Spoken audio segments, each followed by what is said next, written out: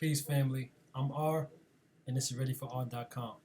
This is actually a re-upload of Dr. Ali Muhammad's non-DNA diet destroys nitrogen. The sound quality wasn't the best, but if you heard it, great. If you didn't, hopefully you can hear this one a little better. If you'd like to know more about Dr. Ali Muhammad's non-DNA diet, check out governmentreparations.org and purchase his ebook. It's called Black Biology, the Melanin Diet. Also, you can join us on Facebook at the 6-month Optimal Health Challenge. We focus on Ali's health paradigm, which is the non-DNA diet, and George Bess's nutrient retention rate. Before we get into the video, I have to ask you, please check out urbanhealthscience.com. A really good friend of mine by the name of Dr. Scott has debuted the Urban Health Science Initiative. The purpose for this not-for-profit organization is to have a research lab focused on the African American health disparities we see today. So please donate, tell your friends about it, post it on Facebook, Twitter, Tumblr, wherever. Share the word and donate. Now here's your featured video.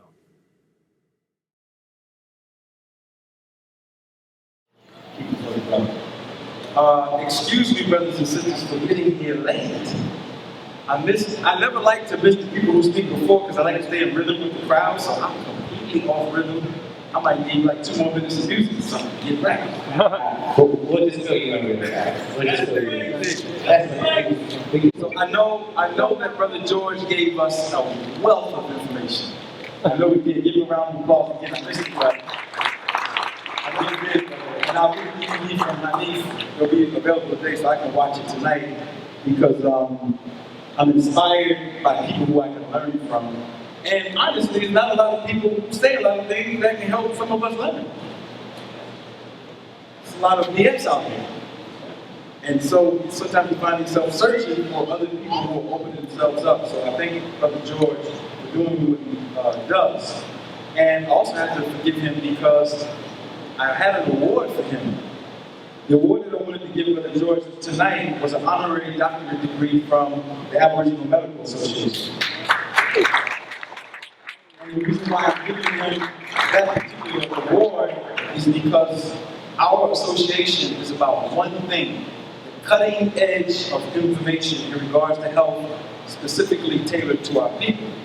And what he has developed and is developing, and with the others who are helping to develop, is absolutely, some of you don't understand what's actually being given to you, but at the level that you do understand it, and I understand it, we can receive that well. And I want the brother just to come up here.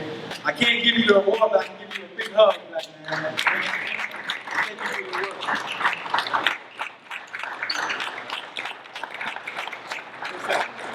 Yes, sir. Yes, sir. So I'll make sure that I have that award for him, so if he comes on Monday, I'll communicate with him so he can have that physical award, because that's only the 3rd one that we gave out, actually the 2nd one that we gave out, and he is well worth it. Support this brother, support his wife, support with the family. If you notice, the structure in which they brought to you, they brought their whole families up, right? Showing that not only are they attuned to the basic elements of health in the generic way that people talk about it, they're approaching it from the holistic stance that we all need to approach it from. Oftentimes you have one person eating in the house one way and another person eating another way. You got those wars going. I saw some eyes rolling. It's all good though, so we take our time, but I thank him, I thank his wife, I thank Brother Hyenis, and sister, I don't know your name, how about you? No. Lenise. Lenise. Thank you. Thank all of you for the work that you're doing, and it's well worth it. Also, I didn't get a chance to hear all of what Dr. Ramanu Amin has said, so give the brother also another round of applause. I think he is, I call him the poised master. He's probably the most poised person that I know. And a lot of it, most of it, has to do with how he lives nutrition and advocacy. And that's the point that I want to get over tonight, is that nutrition is not an outward study, it is an inward practice. That's the only way you're going to actually know something. Do you understand that? I can put up 1,000 different studies up here and say what somebody else said, and this is what this is going to do, and this is what this is going to do, and this makes this happen. But until you actually activate it, all of that is what we consider to be, for the most part, European jargon. I say European jargon, even if someone black or indigenous is saying it, because usually they got the mindset itself from the Europeans, which is, I'm going to dazzle you with words, images, or whatever, because at the end, I'm selling you something. And what I'm selling you is not you. It's something external to you that's not a part of your growth and development. So, what I don't want for my people is to mistake the nature of the conversation. To mistake the nature of this conversation is to make yesterday's conversation void and unimplementable as a practice. All right? You can't study the law and not study the human body. Everything that you want to learn on this earth about anything external can first be fully understood from the human body. Fully understood. So I wrote this book, which is an edit from another book that I have wrote, articles that I've written, called Black Biology and Nutrition in the Melanin Diet. Why did I write the book? I wrote the book to try to make some things that are complex really simple. And here's the simplicity of it. The original people on this planet are neutralized as far as their group power. They have been completely neutralized by a parasitic group of people who we can classify as a mutation. All right? And we can go into it in the Q&A or some of it here. That mutation, you ever heard of putting stuff on mute? What happens when you put stuff on mute? Sound is going, right? And what is sound? Vibration. So that mutation is a different vibration than you. And that mutation is present and relatively dominating the original people. So we can get up, we can talk about black biology, we can talk about melanin, we can talk about a whole bunch of things. But I need to tell you and us that our melanin is neutralized, which is our power, our spiritual power is neutralized at this point. So there's a phase, there's a lot of phases of talking about health and the human body. But most of the time, if you pay attention, because of our relative condition, we're talking about ways to detox, how to get out of the problem, right? It's like having a car in first or second gear. But there's other gears to the car. Third, fourth, fifth. So, if we move from detox into regeneration, regenerate the body, and understand what that means, anyone, a scientist or a person who's living in the body, will understand what I'm about to say. The body was not meant to degenerate like we see it degenerate. It was designed for. If it is degenerating, it's because of factors that are present that we're participating in that causes it to degenerate. The cell can pretty much live perpetually if it's in the right environment and on the right frequency. So us dying at 70, 80, 90, or even 100 years shows we have not explored human potential. We're dealing with our interactions with the mutation that puts us on a certain mindset.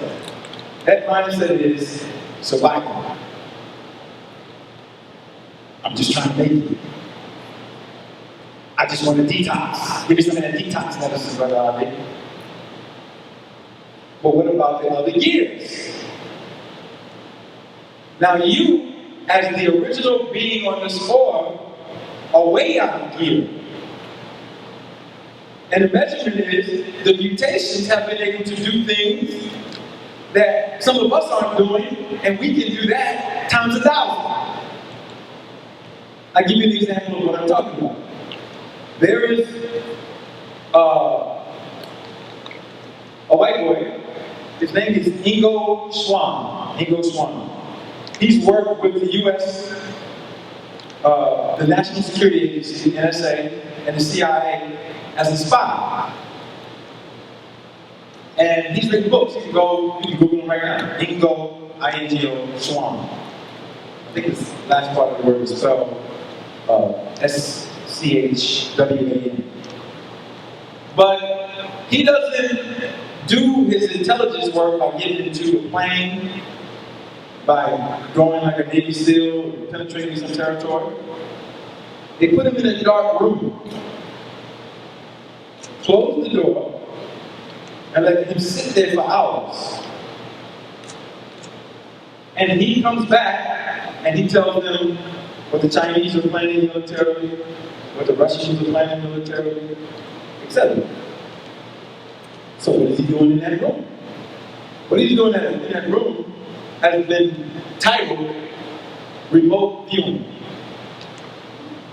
R-E-M-O-T-E-V-I-E-W-I-N-G. Viewing, remote viewing. What is remote viewing? Remote viewing is the ability to use your mind to tap into somewhere else, present, past, and future, to see and visualize a moment. And then to come back and tell somebody about it. So here you have someone whose anatomy is primarily based on spores, but still he's optimized it to the full potential to carry out that particular feat through, of course, practice and learning, and then having some additional training.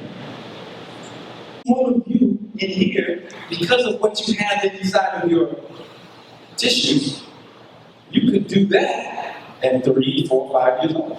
Easy. And sometimes your children do that, and you call them crazy.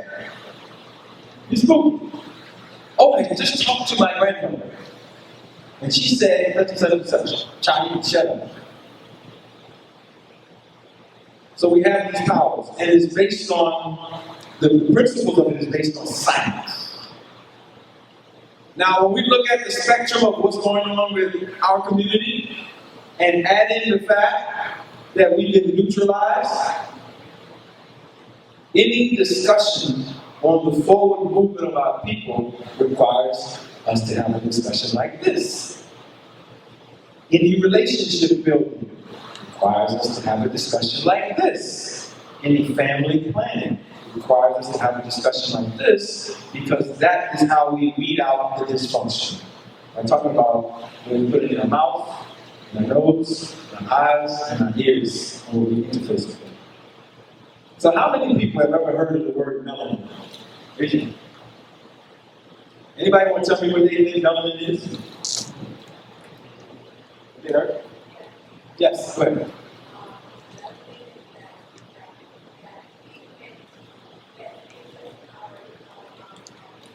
You. Okay. Pigment in the skin gives you for the check.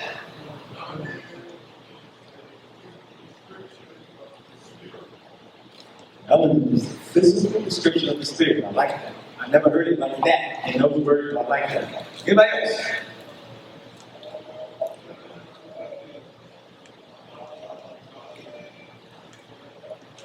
Say a little louder. I know we don't have a mic. Stand up for me, brother. Organize.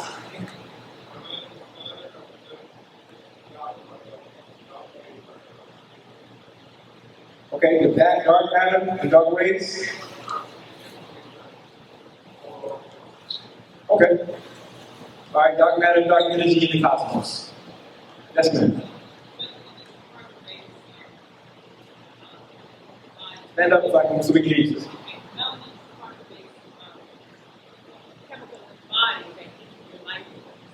Okay. Carbon-based chemical that gives you life force. Yes, sir. You. Solar protector. Solar protector. Detroit. None of our connected spirit. None of that connections to spirit. All right, great. All of the answers are great. So we have all these different varying definitions for it. A general definition that's given in science is that it's picking. So it gives you some level of picking. All right? So we've heard teachers like Dr. Lela Africa, Dr. Sadie, Dr. Joe Cookrum, Dr. Cal Barnes, many different people teach on this substance. Here's the question that I want to pose after I make a statement. All of them have said that it's some type of functional biochemical that has like a resonance activity toward the sun, can transmit light frequencies, and many of them have said that it makes us biologically superior to other people who have less of it, or if the opinion is that they have none of it. Here's the question that I have to all of those teachers.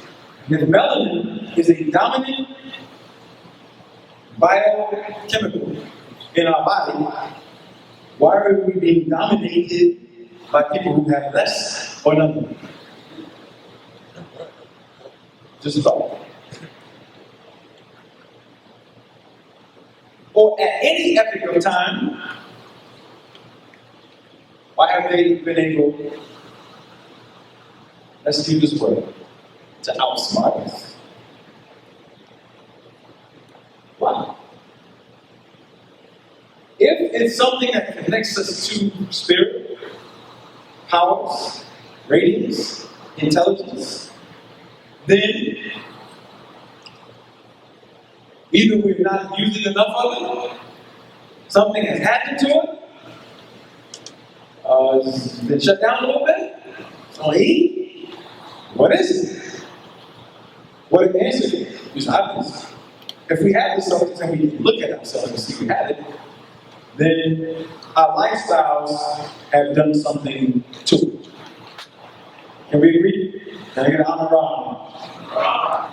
All right. So I'm saying that to say, to anyone who's teaching about health and melanin, it's good to explain what it is, but it can become quite dysfunctional to teach us that we're superior based on it without a footnote of explanation. To say that something must be wrong and we have to look into what that possible wrong is, or that dysfunction is. Otherwise, we get lost in the sauce. All right? So, here's what I have to say about melanin. Melanin is everything that everybody has said. It is that. But the melanin that we have in our bodies has been compromised, and let's start first with our diet. I might say some things that might sound crazy, but get into it, and let's do some research. I wrote this book, and I wrote another book called How to Get to Live with a Hereafter, and we have another book that's a part of our textbook material in our certification. And in all three of those books, I have a classification of what's called transition diet. Classes 0 through F, 7 classifications. 0, A, B, C, D, E, F. Alright? And in each one of those classifications, we try to find out what you're doing so we can move you to the next one. Alright? So F would be someone who's on flesh, starch, smoking a little bit of weed, pops some pills, taking some prescription drugs, all of that. You get an F for the day. Because we can't keep going that way because you're going to be out of here quick. Alright, so we move from that, I'm just giving a generic description of these, to D.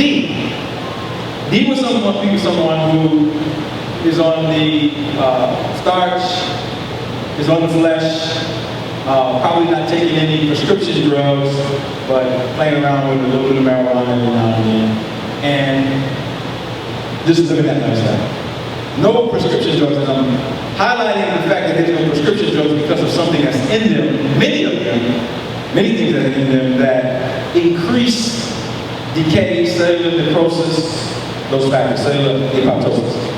Then we come down to E, which is somebody who's on no drugs, they just eat soul food, you know, have a little good time or whatever. Then we come down to D. D is the people who learn about diet, and they learn to watch YouTube, whatever, and they want to become vegetarian or vegan. And they do. But they're not actually vegetarians or vegans in the strict sense. They're more starchitarians. They load up on starch. So they stop eating the flesh and they make soy patties and, you know, they cook their food pretty much vegetables. You know, they might go to your local Jamaican restaurant and get them some peas and rice. Or, you know, something of that nature. And those are the people who start having the problems because they, in their mind, think that they move to a better diet, and they usually end up having same complications and never really explaining to the naturopath or their regular physician, you know, what they're doing. So a lot of doctors will say that they need to return to the other diet because they're not getting the nutrients that they need and still got all those problems going on. Classification C. Now, none of these diets are functional that I mentioned. I haven't gotten to any functional diets. Everything in what I said before is poison. And most of those people don't eat fruits. If they eat fruits the wrong way as far as getting the vitality. That's most vitality. Then we come down to C. C are the vegans who practice. You know, they eat the fruits and the vegetables. They don't cook anything probably except for it's probably some grains, something like that. And they may likely cook those grains. And those people get a C because they're average. But they still have a high level of toxins, and you can see it physically on them, because if you watch them over years, they age a little bit better, but generally like everybody else. Alright? They'll live beyond 110 years probably. And then we move to B. B are the raw foods. They only eat raw foods, all right? Raw fruits and vegetables, that's it. They don't eat any grains. And those people in the world now consider themselves the supreme diet. They, you know, they're clapping their hands. Now, all this is based on my personal study. I'm not giving you facts in the sense of what is automatically a fact to you. You have to study this. But I've been through all of these diets, specifically A, B, C, and O, studied technically to see what was going to go on inside our diet. So B is a raw food diet, and a raw food diet is way better than the others. You probably won't ever get ailments or sick, but you'll age as well. You probably won't live beyond 120 years old, unless you're in a rural environment, away from the cities. Then you probably get maxed out, maybe at 130. In a very good environment with, you know, fresh waters. A lot of people in the islands, you see grandmothers, whatever, they die at 127, 126. They're out in the rural life, on the bush. But there's something in that diet that is also neutralizing melanin. Then you go to fruitarian, and there's levels of fruitarian, but we just eat fruitarian, which is an optimal diet. That's A, all right? Get an A. And then when you go to class O, it's people who may eat only once every 3 days. You know, they do most of their operations fasting, long period of fasting if they can. And O can guarantee you to live, depending on where you're at, 200 to 1,000 years if you're on A or O properly. So what I found in my studies is that this diet, O and A, are the only one that can sustain melanin. All of the others have some level of neutralization. I'm going to explain it technically, and then I want you to try it. You can try it. We started our 6-month challenge last week. All right? And we're going to tell you what the 6-month challenge is. The 6-month challenge is to live by specific types of diet that reduce certain things that cause problems and to optimize on feeding the body exactly what it needs and getting the things that cause problems out of the body out of it. So Brother George and myself, our Hennis and others are running a group online, 6 months. What's the name of the group again? 6-month. Optimal Health Challenge? Exactly. 6-month Optimal Health Challenge. So if you're on social media, you get on there and Facebook. sharing. Facebook specifically. Facebook specifically, yes. Facebook specifically. We'll share information on that, and you can get recommendations, ask questions, and we'll follow through. But the idea that we have, we took some diagnostics last week, we're going to take some more tomorrow. The idea that we have is to show you what I'm about to say, which I know to be true based on what I've done in my own body. Melanin is a carbon, hydrogen, and oxygen compound. The attachment of any nitrogenous substances is done by melanin or done to melanin compounds, and it's done for different reasons. Melanin, and you can use these basic examples to understand it in your body. I don't want to lose you with chemistry. How many people use the bathroom in the form of urination? You use it, okay? And you use, the brain tells the body to urinate. Anybody can take a guess why the body is telling the brain to urinate?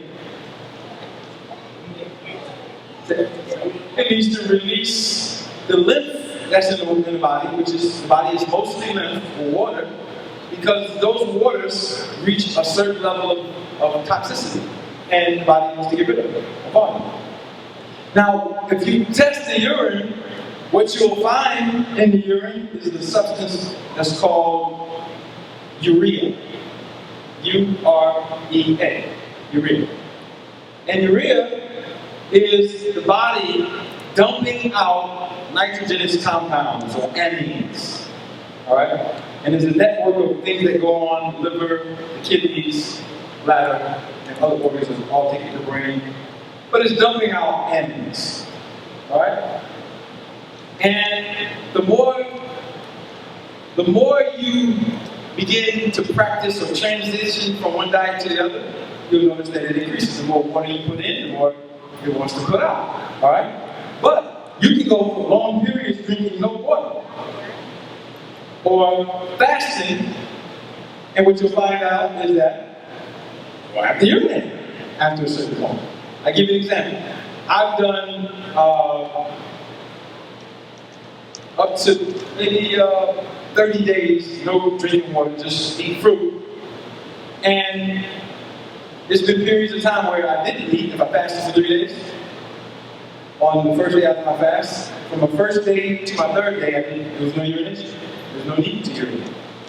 Because the body doesn't have any urine to get rid of. Because I'm eating the pulp of fruit and there's no amines. And what you'll also find is that even if you're eating fruit for long periods of time, without eating the seeds and the skin, is that how you look begins to change physically. All right? So we're going to go into some of the science of this, but here's the thing that we're throwing out. A damaged body does need a detox and go through regeneration. Detox is a phase, regeneration is another phase. And they can go on simultaneously. All right, in the body, not in the same space. But if you want to regenerate tissues, you have to reduce the levels of a substance called nitrogen. All right? Now, let me give you some things that I have theses on. How many people breathe? Good. When you breathe in, you're getting something from the outside, right? And you know that it's going to some organ that's called what? The lungs, all right? And the substance that you're taking in is a gas, and we usually call it oxygen. Now, how we know for a fact that we have carbon, hydrogen, and oxygen-based bodies with you is because that oxygen will create what's called combustion. Have you heard combustion? What is combustion? You light a match? Right, it's a spark, flame. Oxygen is being combusted inside of the body, and we know how much oxygen the body can contain based on your hue. The deeper the hue, the more receptors on the red blood cells and inside of the lungs to take in the oxygen. Alright? By nature, by genetic law. The less you breathe in oxygen, and to the point where you get pale, science will tell you that you have to be breathing in primarily other gases, and there are other gases in the atmosphere. Now, what I'm talking about is chemical affinity. Alright? It's like two magnets. If I put a magnet by another magnet in opposite poles, I can draw that other magnet. If I put a piece of cheese in front of the magnet, the cheese is not going to move.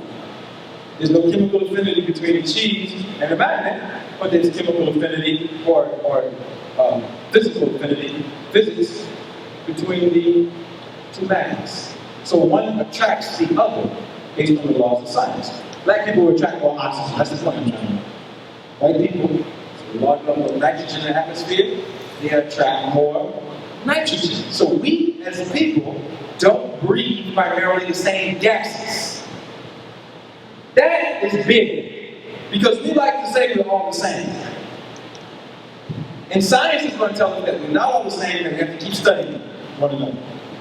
Now, why am I mentioning breathing nitrogen versus oxygen? Because science will classify the organisms that go through the nitrogen cycle as nitrogen fixators. Now, this is a class, I'm not going to be like yesterday where I was getting you hype. I want you to think about what I'm saying and keep it. Nitrogen fixators. Nitrogen fixators. Now, the gas nitrogen is toxic to your body. And what the body wants to do to it is neutralize it in the system, so it either binds it to carbon or oxygen. Alright? And when it's not bound to carbon or oxygen, it's bound to sulfur, it's bound to other hydrogens, it creates problems. When it's bound to other hydrogens, we call it amines, different types of amines, or amidogens. So this substance is toxic to you. I need you to understand. Now, where it comes from and the history behind it, that's also things that we can talk about. I wrote the book Star Prophecy, and you can get into that. But nitrogen, it's my thesis that nitrogen as a gas is not native to this planet. It became as a result of capitalism. To me, Brother Ali, knowing what to eat. Because if you're eating nitrogen fixators, those are the first things you gotta get out of your diet. So what are nitrogen fixators? Chickpeas, beans. Those are nitrogen fixators. You can reduce the dangers of those things, nuts, by soaking them in water so you can get some oxygen and hydrogen into them to neutralize the amine compounds. Now, how many people have ever heard you have to have protein as a form of nutrition? Great. So when you put proteins in the body, what actually happens is oxygen, hydrogen, and carbon as compounds attach themselves to them to remove them from the body. How many people have ever heard of the ATP cycle? ATP, adenyl triphosphate cycle. I tell you that's the way that the cell, one of the ways, the primary way the cell carries out energetic operations for itself, cellular respiration. And I would make the thesis that that's only for white bodies. Alright? So let me get into some of the presentation. Alright. So this is a book on black biology. Can you flip to the second page? I want to go through some of this and get this done. What I'm telling my people is, if you want to optimize from the detox cycle into actualizing your powers, you're going to have to study yourself through trial and error. And the first trial that I'm going to give to you is to begin to implement fruit fast and move to eating fruit. Now, why fruit? Because fruit is the only food on the planet that has parts in it that have no nitrogen. The pulp of the fruit, or no DNA, what we call DNA. The skin and the seeds hold DNA. But the pulp of the fruit, of most fruit, most heirloom-based fruit, have no nitrogen. They're carbohydrate. You heard that? Carbohydrate, CHO chain. And that fuel is pretty much a perfect fuel for the cells. And long periods of eating fruit will create cellular regeneration. All right? This is how you slow down what you're calling aging. So that when you're 50, you look the same. 60, you look the same. 70, you look the same. 80. Imagine somebody, looking like me, being 80 years old. It's possible. We're going to prove it in our lifetime. By what we do, not by what we say, by what we do. Imagine people who eat bad, your little nephews and cousins and great-grandnephews or whatever, and you're 100 years old and you look younger than them. And they're only 50 or 60. So we are going to have the opportunity to prove everything that we say right here, not in some jungle somewhere, which we can do that too, But because they kept birth records on us, they can't hide this. So they pull somebody from some place and say, oh, they're not 200 years old, it's impossible. So, you get my point. Glucose. The glucose creates gluconeogenesis in the cells.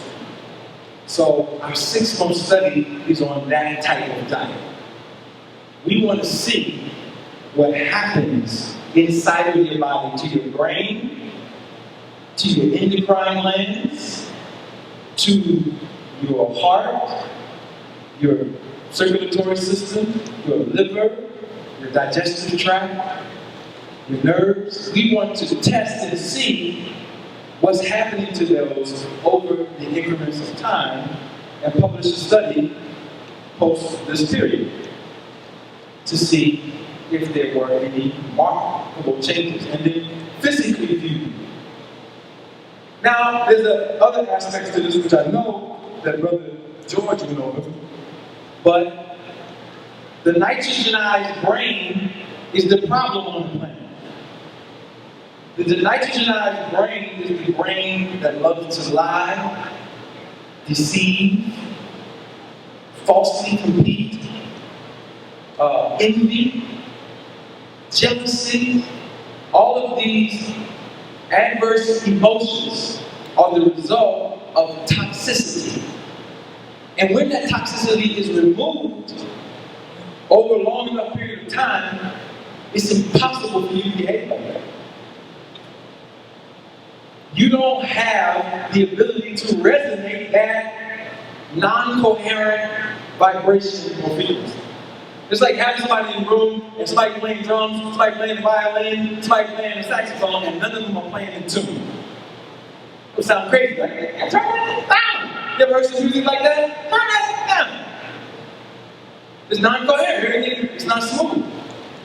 The body is made to be coherent. Everything is made to merge with one another. Together. So, the melanin that we do have, I'm not going to leave the ATP point, I'm hanging on that. But the melanin that we do have has amines attached to it. Now, again, you've heard that you need proteins, right? What do you need proteins for, allegedly? Come on, y'all. Come on, you weightlifters. You want to get buff? Creatine? What do y'all want to know? I don't even know what's out there. Life Boost, is that the new thing? Life Max? Anyway, what do you need protein for? Build muscle. To build muscle. Now, here we go again. LeBron James, or whoever you are. Anybody ever work out? You ain't work out in a while, and you get that soreness, right? What do they call that? Lactic acid. Does anybody know why that lactic acid builds up? Because I ain't worked out in a long time. That's what you did, but when you get inside the cells, that means you don't have enough oxygen in the cells. And enough glucose, carbon, to burn, to combust. So, I don't lift weights, right? But I guarantee you, if I can go and lift weights tomorrow, I'm not going to be sore. First of all, I'm going to know how to breathe while I'm lifting the weights. Get it in. You're building up lactic acid. You're not even breathing, right? But the point is, you need more oxygen in that operation. So the protein is not adding any oxygen to your body. So you're real big, right? Can't touch your toes though. You can't move. You have flexibility. Somebody small like me will tear you up. All right. So what we are calling good health, being bulk, is actually obesity. It's obesity. It just looks good to a person who doesn't have the proper eye, or like as Brother George would call it, cellular inflammation. Right? So a lot of people ask, well, I'm on this fruit, but I'm losing too much weight. No. You're getting rid of the poison. So your body can go back to its natural size. The size that it wants to be fully optimal. So any one of us who are on the NRR diet, or we've already went long periods of time with no proteins. Nobody came and took us to the hospital. As a matter of fact, you were going to take the protein, you've been to the hospital 3 or 4 times, and we haven't been. The protein concept is a myth perpetuated to neutralize us and to use the substances that they need inside of their body. So, anybody who's done any study on melanin knows that the world is in trouble because scientists are telling us that melanin comes from tyrosine and its precursors. Tyrosine is an amino acid, which makes up protein. So how, let me break this down to you first so you can really understand what I'm saying. A nitrogenous-based organism, a nitrogen fixator, a spore, whatever, is anti-solar. I want to make this simple for you, but I don't want to lose you in science. It's anti-solar. Mushrooms, they hide away, cut, dipping away from the sun. White folks, they go out. They can't go to that 23-degree belt. You know, they go to the islands or whatever, they go to Guyana, bring the sunscreen with them. If they're staying a long time, unless they're going to have some melanoma or some other things popping up, sunburn cells. Right? So studies have been done on that, you can do that in vivo, in live. They are anti-solar. And their primary makeup is amines or nitrogen or protein-based bonds. Yet, you're telling me as a scientist that melanin, which is a light absorber, a resonant light absorber of solar frequencies, comes from something that is anti-solar. This is just 101, right? Does that make sense to you? Without going through phenylalanine and tryptophan and all these other, that don't make sense to you, right? That's like saying black people came from white people. Everybody knows that's a lie. So how can you take the biochemical marker of life and make it from something that's a toxin? I had this discussion with my brother, Mr. Inky. And he was quite upset with me. because he wanted to say what Europeans told. No slight on the brother, because he's a great researcher. But sometimes that can become the problem. Because anybody who has been living the lifestyle, your brain won't make you compute that. Your brain will automatically resonate with the right answer. It will. Because it's practicing the laws of nature in their functional aspect. So, people with activated melanin can solve problems. You follow me? People with deactivated melanin who are amongst us can't solve problems and cause more. Because they're frustrated, because they're great, but they're neutralized. So all of the energy that you have in your house when you start arguing and fighting, everybody needs to go to the kitchen table. And then just have an exercise. What did I eat in the last 24 hours that's making me crazy? 48 hours, 72 hours, 7 days. Women, when you're going through PMS, you just never been through PMS? Any brothers had adverse effects of PMS? There you go. Increase in the amidogens, or the aromatase converting the real hormones to estrogen. It's like the nitrogen. What happens to you? You get all fluttered. Start eating strange things. That's what parasite increase. They want to eat that. Alright? So we have to look at life for what it is. Keep me on the time. What time is it? I want you to go over my time. My conversation is easy. 7:05? Alright, I got about 10 minutes. 15.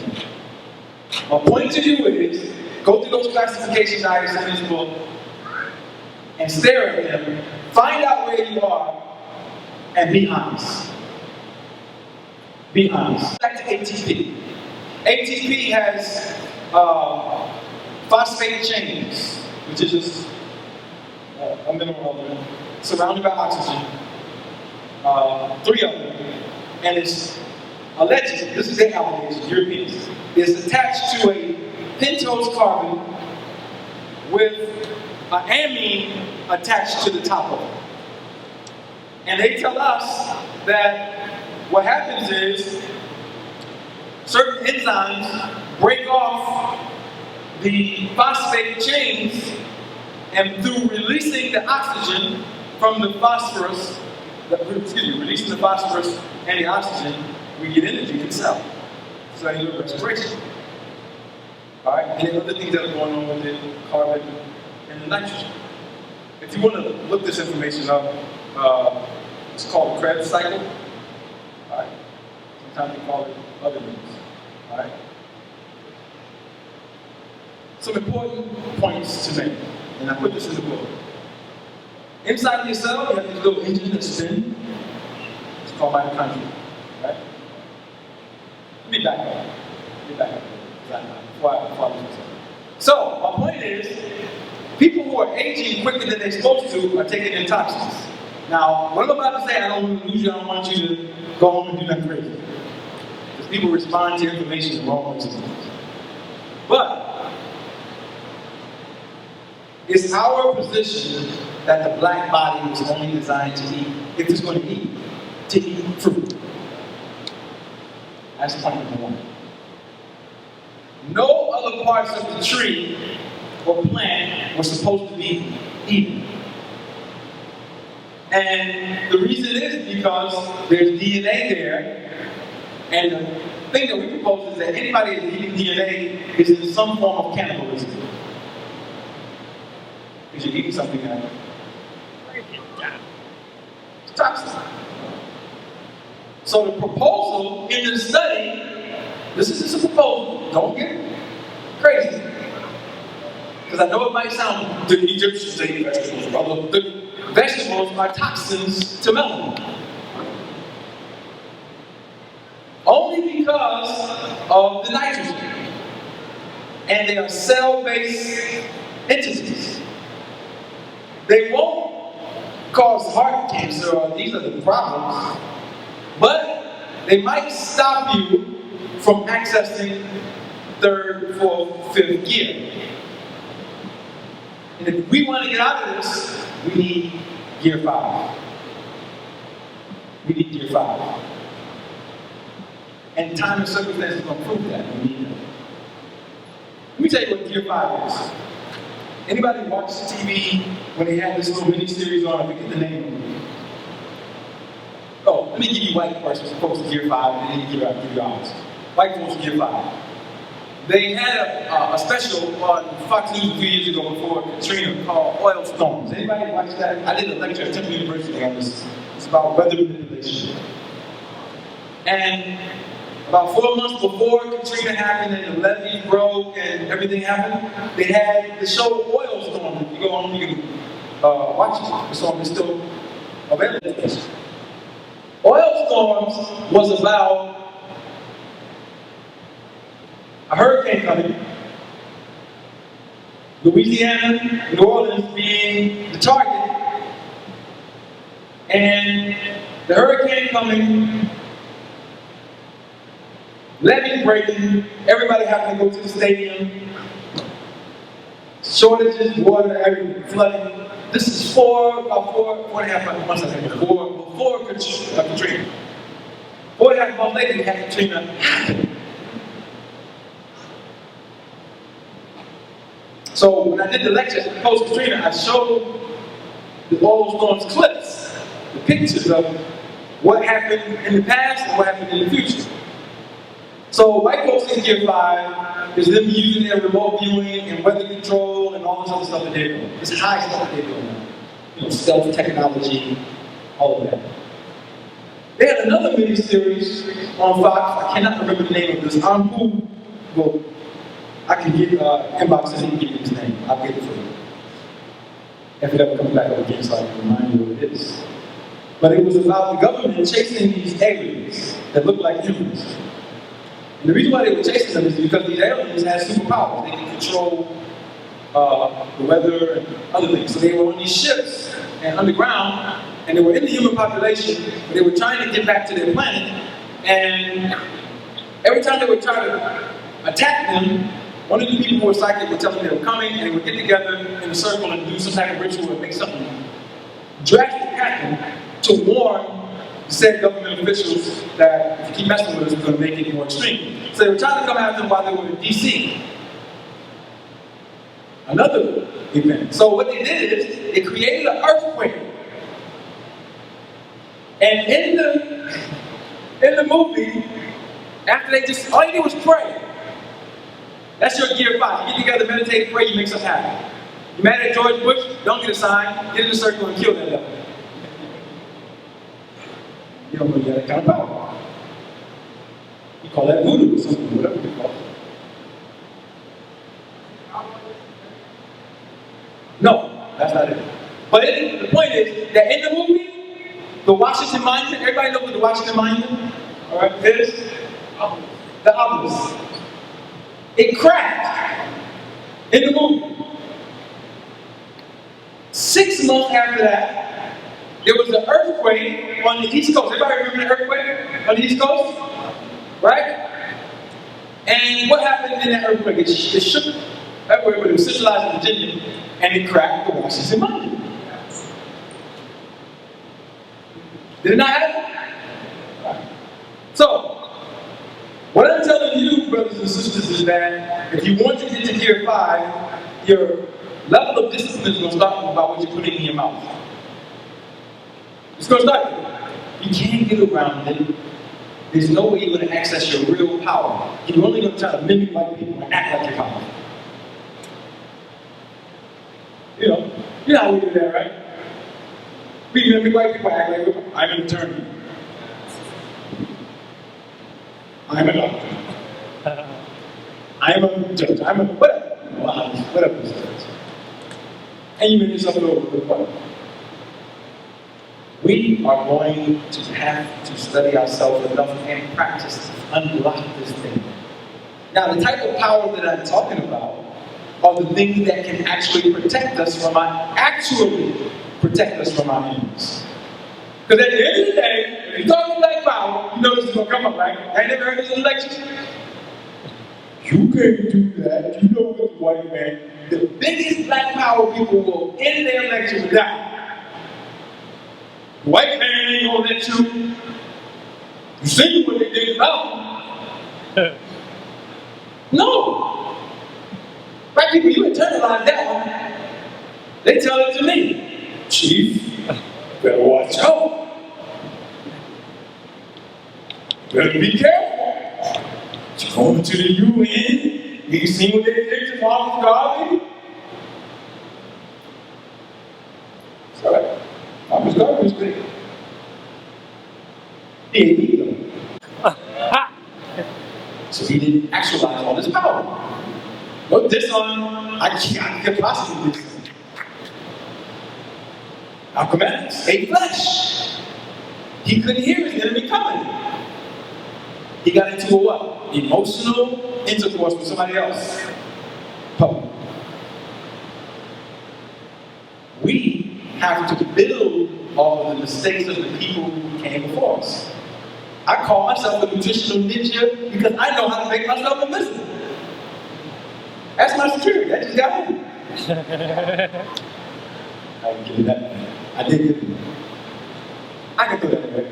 I was supposed to leave. I'm not supposed to leave the building. I went to the building and came all the way back. Nobody knew I left.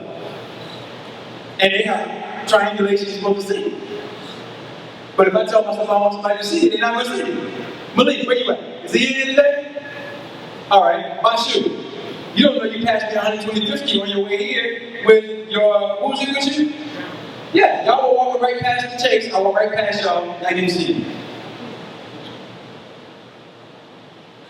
So I test myself, like, yo, I don't want somebody to see you, they're not going to see you. That's just a small thing, a small thing. If I'm in a room, you know what I'm here. Unless I say I want to be seen. This is the power that we have.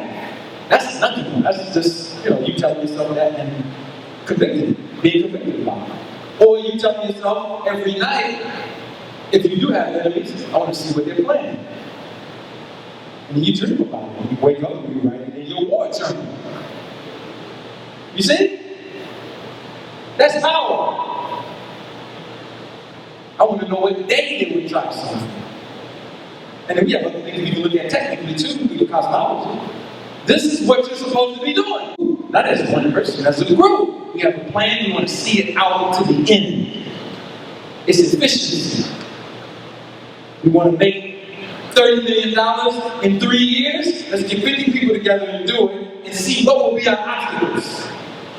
Who will be our obstacles? This is what you're supposed to be doing. That's melanin activation. Not talking about, taking this candida cleanse. And do we still have to talk about that 5 years from now? Only for the people who need the orientation class. Other people need another discussion. Empower. Melanin. Melanin, the biochemical marker of life, comes from the cells of your mother and your daddy when they conceived you. All the way back to the first mom and dad. Right? But check this out. We break the body down into 12 systems. And there's a 13th one that we call the geobody, or the magnetic field body. It's the energy that doesn't die. It's pure memory. Yours is very powerful. Because the evidence of its power is in how you look, the hue memory. It says you have more charge. It also says that you have more intelligence and communication with the earth that's spinning, that also has a brain, a field energy. It's called the magnetic field. Alright? So certain healers, when we practice, all we need is a picture of them. Somebody's sick, you're going to pray for them. We're going to tell them to do some things too. But we can start that off. Distance healing. Alright? Melanin. It is a solar-based particle. If it's resonant with the sun, then it has self-similarity with the sun. It is the sun in your cell. And if it's resonant with the sun, it's resonant with the etheric gas that we call space, that we think is empty, that gives birth to suns. My point to you is that you have powers potentially over the heavens and the earth. You. Potentially. That's what you're designed for. To implement your will in this universe based on the principles of peace. So you are in Star Wars right now. We're Europeans, and what you're being called to do is turn on your power. Your melanin switch is off. Con Ed is to turn off the power. You got to turn it back on. You can't turn it back on if you can spend an hour putting on makeup, and you can't spend an hour solar gazing, or an hour in the sun. Huh? Oh, sister, not clap. Sorry, sister. You can't birth the type of children that you need if your priorities are not in order. Right? So we have a whole bunch of teaching that we have to do in regards to health. My position is that I don't want to hear what somebody said that they did in Egypt. Because Egypt is gone. White folks put it in a goddamn suitcase. Do we need to say anything else? Keep studying Egypt, nigga. The Romans got your ass. They got to know. Oh, get the files. Get the files. Yeah. The kid. They're going back to the kid. Yeah. What do we do? Oh, okay, yeah. Do the same thing. Niggas can't read this shit anymore. We can read it for them. Translated and, yeah. Oh, brother, I'm a Morris scientist. They put it in a suitcase. Get us the Morris file. Yeah, they go back to the Morris. Get the Israelite file. We wrote that one in. Hey, go back to Nubia. Get that one too. We did that one too. Ask yourself a question. Are you going to have to do something new or keep reproducing the old paradigm? See, the only reason you're reproducing the old paradigm is because you have not come to grips with where you're at in time and space. It's time for you to answer questions that have never been answered. Kentucky had an answer for it. Mansa Musa? Great. He had an answer for it. You have to do it. And in order for you to do it, you have to be a new being. So I don't want to hear what so-and-so said. I want to hear what you're doing and your report based on what findings you have based on what you've been eating and thinking and doing. So the point is we have to do something new and we're offering that. How many people want to take the 6-month health challenge? Great. How many people can show up tomorrow to take the diagnostic and great? How many people are on Facebook? Create a dummy account if you don't want to be on it.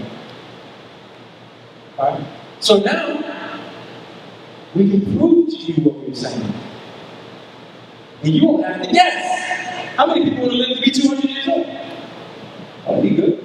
Some people are like, man, I'm trying to get out of here. You want to be 200 for? Alright? Sidebar, and I'll close on this point. He used to tell me the story about his stepfather and his father. He was a Rosicrucian and he was, on advanced diets. And he said that his mother used to tell him that, I think his stepfather used to teleport himself from certain places. Like he would be out of the country and he would teleport himself into the room and bring his whole image into the room and scare her. And then she would call him and tell him, "Will you please stop playing with me?" That's Noble Abu Galileo online. He can verify that story. He's going to tell that story. We have those types of powers. And if you understand science, you understand how it happens. So we have to tap into gear 3, 4, and 5. That's what I want to talk about. Detox stuff, we got books on that. You can read those books. You got that. The European jargon, throw that shit in the trash can. Excuse my language. You can read 1,000 books on melanin and not find almost one of them that are accurate enough to put you on the plan to activate it.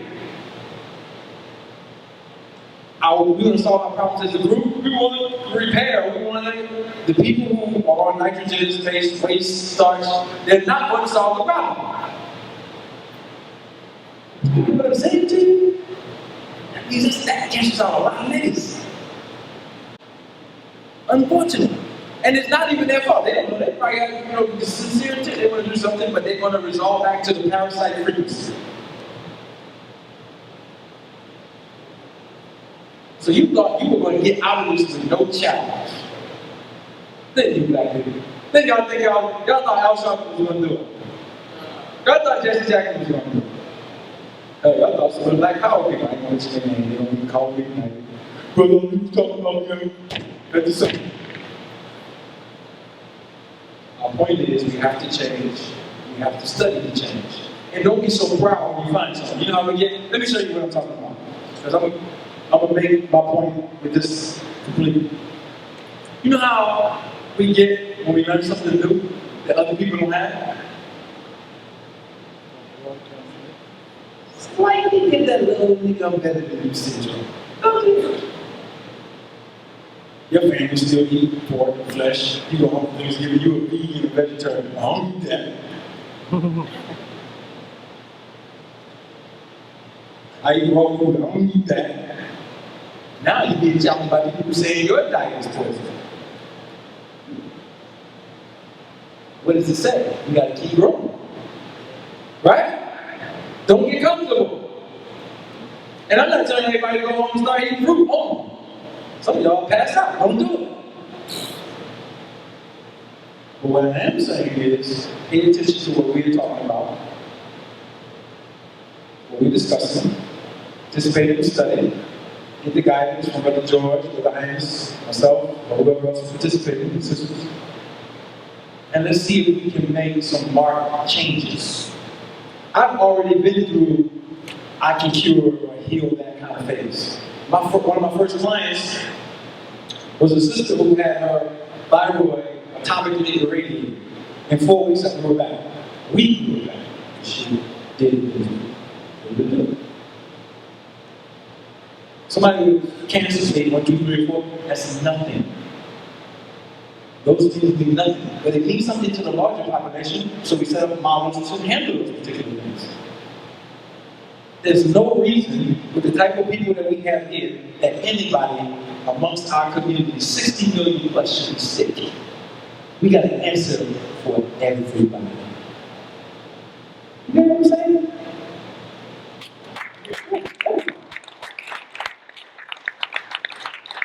How much insurance money does that equate to? The fake vitamin market.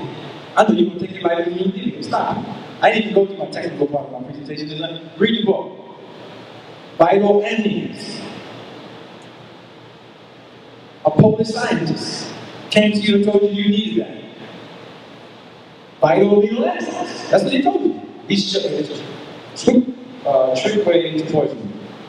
You're going to go home and take your vitamins. Throw that in the trash. The alcohol-based herbs. Go in the trash can. Why are you taking all this stuff? Oh, Brother Ali, I got the raw vitamin code. I was thinking, I got the new stuff. It's raw vegan vitamin code. A box full of poison. They're using the raw. You see raw, just go. And then you start picking up on it. When your melanin is off and you bake it, you say, oh, look at all I got. I got all these vitamins and everything. I got this and this. Some of the workers don't like me. I get a lot of flack for these things I'm saying. When I come to speak, brothers and sisters, I leave sometimes, brother, and the next day, the email and Facebook is just loaded. But brother, I sell products. I wasn't coming at your products. I was just trying to tell the truth. No, actually, no wrong with the products. As long as you understand what they're designed to do. They're designed to speed up the detox. To get to a point where you can get to homeostasis and live by a certain diet, which means that you're not needed anymore after that, by that client. That's what you should tell them in the beginning. I'm not here as a permanent drug dealer. I mean, you put the crack down and you pick up the herbs and you act like the same nigga. See? The medical industry is made that way because people don't know how to live. We're poisoning our children every morning. Cereal and all this. Let's stop him. He's not acting right. Oh, he has attention deficit disorder. No, he doesn't. I heard that was a lie. But you still feed him cornflakes. He's got something.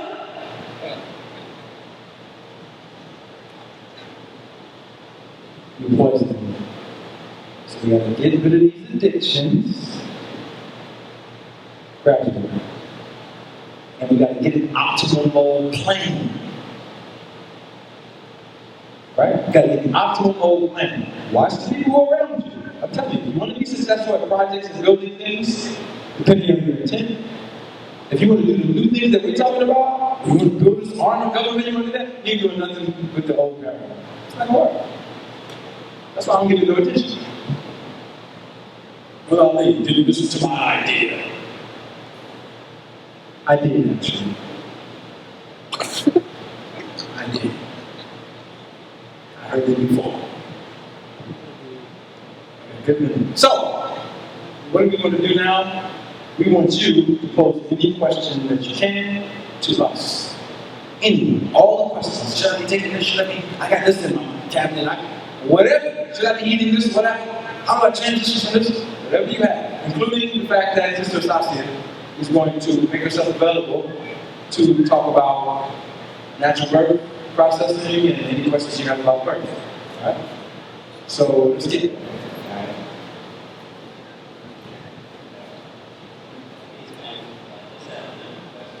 Speak up.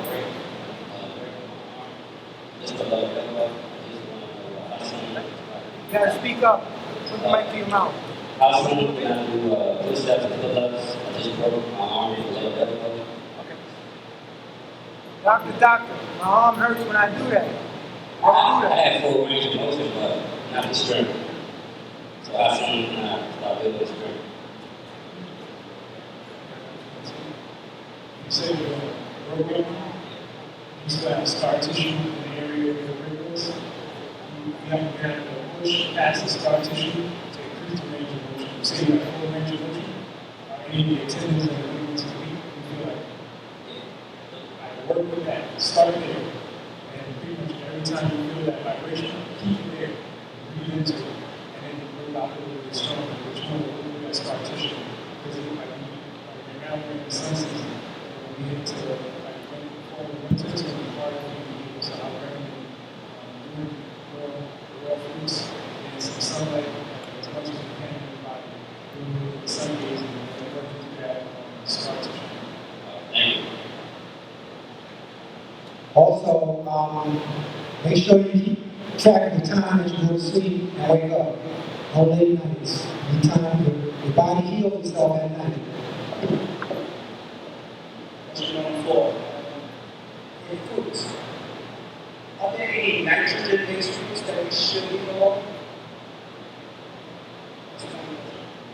I don't know of any fruit pulps that have nitrogen in it. There's some fruit pulps that have compromised compounds in them that we should watch out for. Oranges, pineapples. Those are the two main ones that are on the market. The grapefruits. But yeah, and the hybrid things that they just made up, lots and all this other stuff. We don't even know what those things are. So we do have lists and books and material that we can post online about the foods that we usually have access to that are okay. And then there's other, see, some foods are transition foods, so I don't want to just throw out, things to you that confuse you. Exactly, that bring along. You know what I mean? I don't want to stop eating certain things. But I don't know of any fruit pulps that are nitrogen-based. I don't know. But I do know that there are other compounds in certain foods that are challenging. But at everybody's pace, they can move at a certain pace.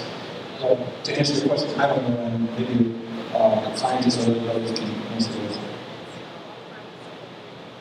I would just like to add one of the reasons why I recommend I eat pineapple at the later stages of nutrient retention is because of the wrong practices. And that's something that we have spoken about in the past.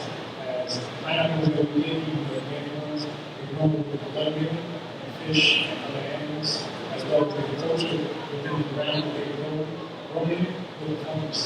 And it's an increased probability of yield the right food. Because it takes about a year for pineapple to produce one food. So they try to, various tricks to try to speed up productivity. That's why, if you put a pineapple in the wild, it would save, based on the growing practices, some of the issues that pineapples have, I would recommend it to pineapples.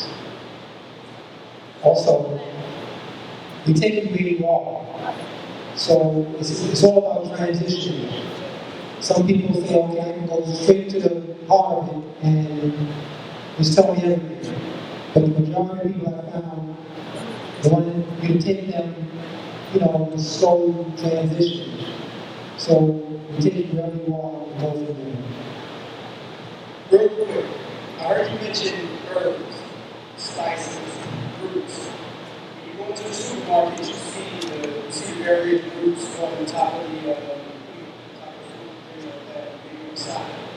When it comes to oxygenating and nitrogen-based, as far as roots, what would you recommend for us to deal with, or would you not recommend roots at all? I would recommend taking various herbal compounds. You've got to really know which compounds you're taking. But I would recommend taking a wide variety of herbs in the state of detox. And once somebody is no longer detoxing, I would recommend no longer consuming anything that is grown underground. And a lot of the growing practices rely on hydrating from yeast to transport nitrogen and nitrite to the root system. So a lot of the growing practices are just solely based on that. And I would recommend getting wild, organic herbs if you could.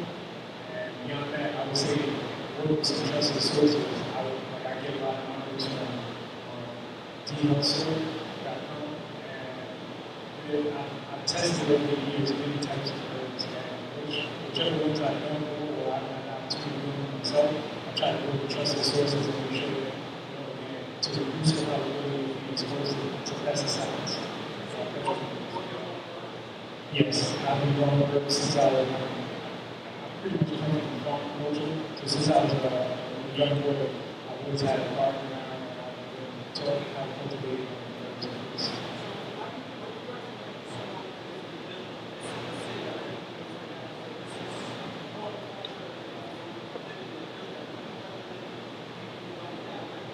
I have that issue now too. So I would recommend that if you look into food cooperatives, there are plenty you can find five herbs. I would recommend trying to find high quality food at these cooperatives and just try to work with people to request certain. I know I use papaya to assist people with healing certain intestinal issues. Oftentimes you can't get organic papaya. So if you have a food cooperative, you can put in requests and it increases the probability of you to get some grounds. Yeah, just food cooperatives. You find when you do research, you find hundreds of them.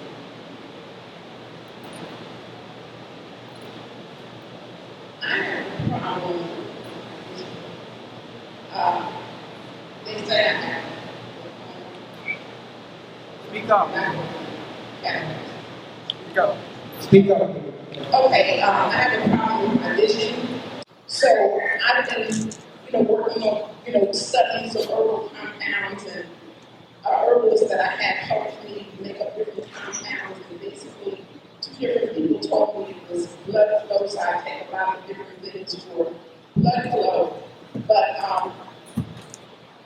one time, you can see right there the different herbs that help me out.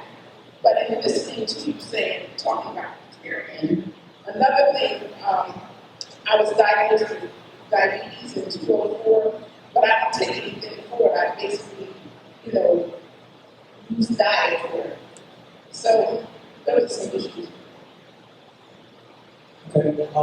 Question on the dental work. Do you have any caps, fillings, or any dental amalgams? Well, I had 3 now, so I have 2 caps. Those are high. Fillings? I think, I did have fillings. Okay. And also, I had a partial plate done because they removed some teeth. And actually, one of the molars that they removed, they had a problem getting it out. It took maybe about an hour for them to get it out. They had to do x-rays and cut it. Right. Just doing everything that they did. And then 2 days later, like I said, I lost my hand. Yeah, what happens there is that the different minerals and metals that they place in the teeth, sometimes mercury and others, they will attach to other trace minerals or draw trace minerals away from where they might be needed, specifically here in the eyes. Trace minerals like chromium and others that are part of the retina makeup. So anyone who has dental amalgams, you're going to have some issues because primarily mercury is going to disturb your brain nerves and optical nerves in this sense.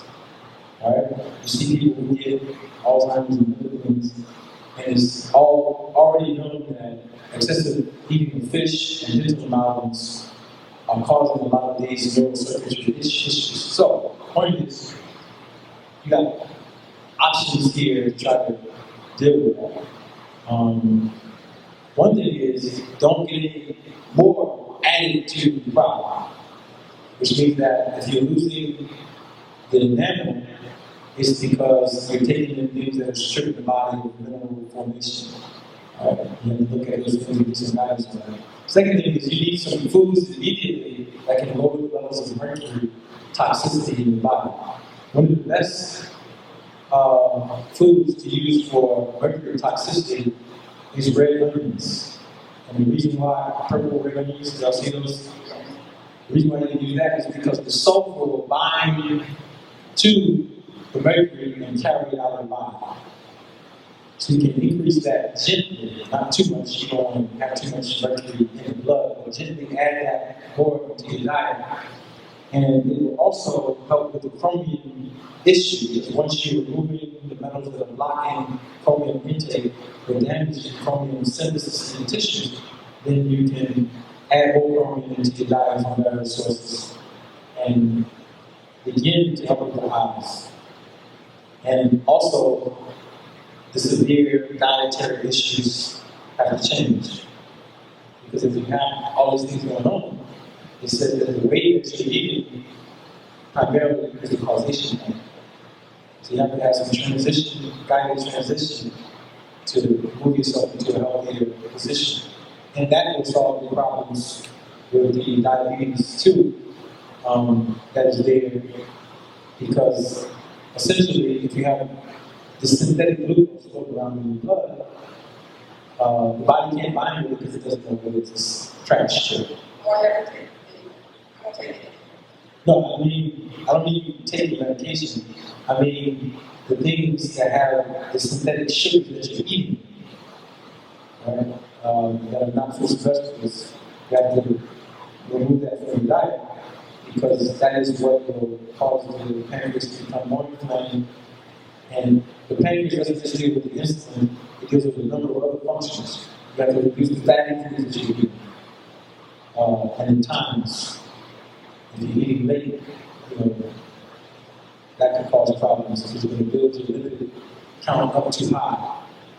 And the pancreas is going to have a problem because of this growing digestion. But nutritional counseling, from what you said, will solve all the problems. Okay, I'm ready. So at the end, make sure you see one of the brothers and they can share the information with you so that you on board, to move you through the phases that you need to go through. Okay, now I come back to the cataracts. Is there anything for that? As far as the cataracts, known people to develop cataracts due to exposure to large amounts of petrochemicals. So I would really have to assess what you've been doing throughout your years and what you've been exposed to. But I would say that if you were trying to get petrochemicals out of your body, you would take activated charcoal and cilantro. Those are not the activated toxins as well. But I would say allow yourself time to heal from the inside out. And if you're looking for some quick fixes for the eye issue, it's highly unlikely that you're going to be satisfied. When you take the basis of moving all the every degenerative issue you're experiencing, diabetes, cataracts, it's hard to resolve. As the things inside of you are closing to resolve.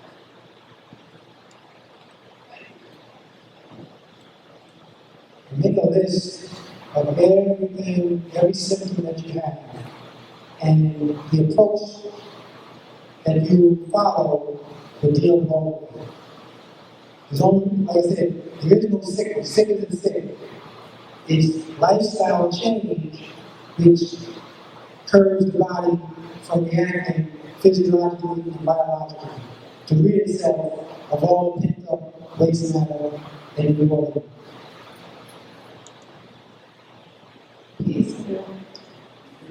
My question is, if anyone would speak to a possible cause for uterine fibroids and the suggested things to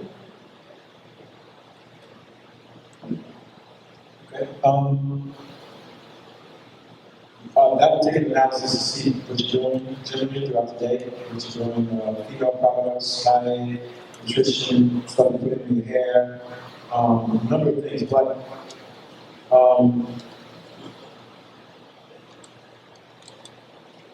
let me say this. How can I say this? I can say this inside of my paradigm that I deal with. Different bodies manifest the removal of waste in different ways. Okay? The uterus having fibroids is that area being toxinated, and specifically that area being used to remove. It's associated with social function as well, which I won't go into in detail. But I'll say this.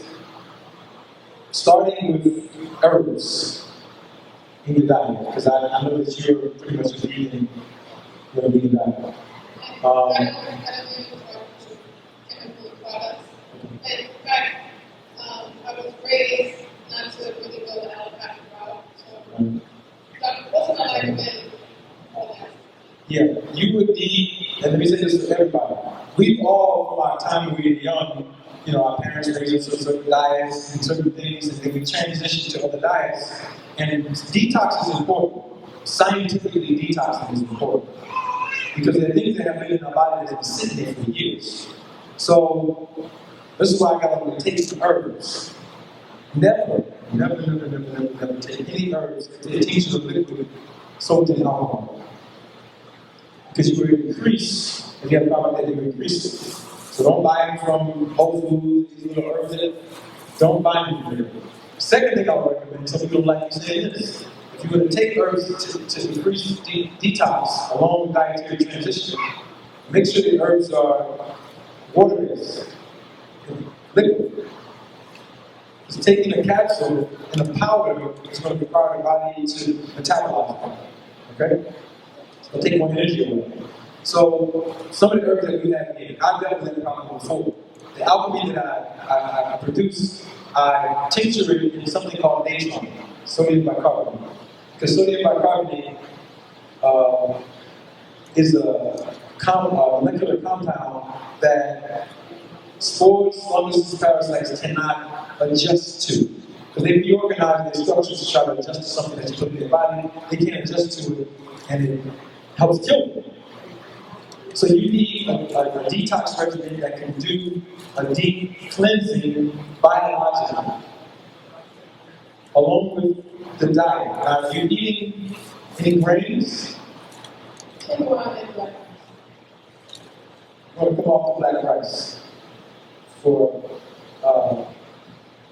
indefinitely, it can, but at least for a few months it's going to come off if you're going to deal with that particular problem. And the quinoa, come off the grains for a little while. Because those are depleting mineral complexes that you need. Your body couldn't send to that area as a support system to remove that particular amount of it. You can try raw food for a period of time, and even if you're going to do the 6 months, you can transition to fasting, fruitarian, to deal with that specific area. We can guide you in that. We can help you do that. But you do need a deep tissue lymphatic and blood detox with substances that can kill colonies that have set themselves up in areas, which is what a fibroid is. It's a packet of sulfur and nitrogen-based spores that have attached themselves and they build callous, things open. They can take certain things that you eat, like the phytic acid and phosphorus, and use those tissues to, blanket themselves. So whether you take it, can't penetrate it.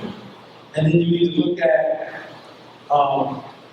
if you're into astrology, all the areas that deal with Scorpio, the Scorpio frequency, that polarity, and investigate it mentally to see what's going on in your life with that. Because whenever that biophysical mentality, illness manifests in an area, there's other things to look at in the psychological, social, mental, spiritual plane in that area of the system. So you have to look at all of those. But I do recommend some deep cellular detox to help you with that, to actually neutralize and kill those pathogens and put the right components inside of your body. I want to say thank you about the connection with the Scorpio. I know what that is. So exactly what I just wanted to say also with uterine fibroids, it's usually related to a hormonal issue.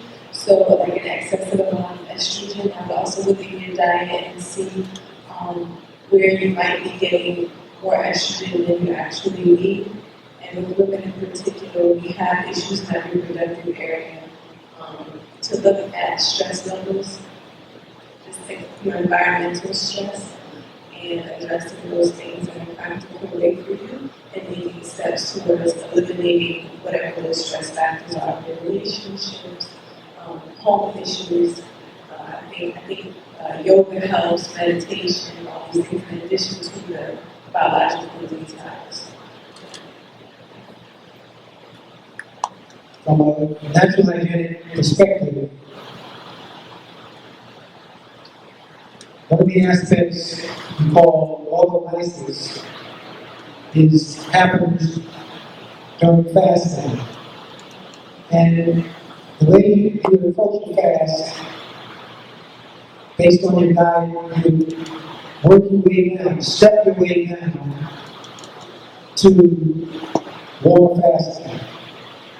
An example, if you're eating cooked foods, you eat those cooked foods as a vegan for a couple of days, and you would transition into fruits and vegetables for a couple of days, then you would transition into juices for a couple of days, and then even out into water for 1, 2, 3 days. When you hit that 3-day mark, you pretty much will be getting over that desire for the food.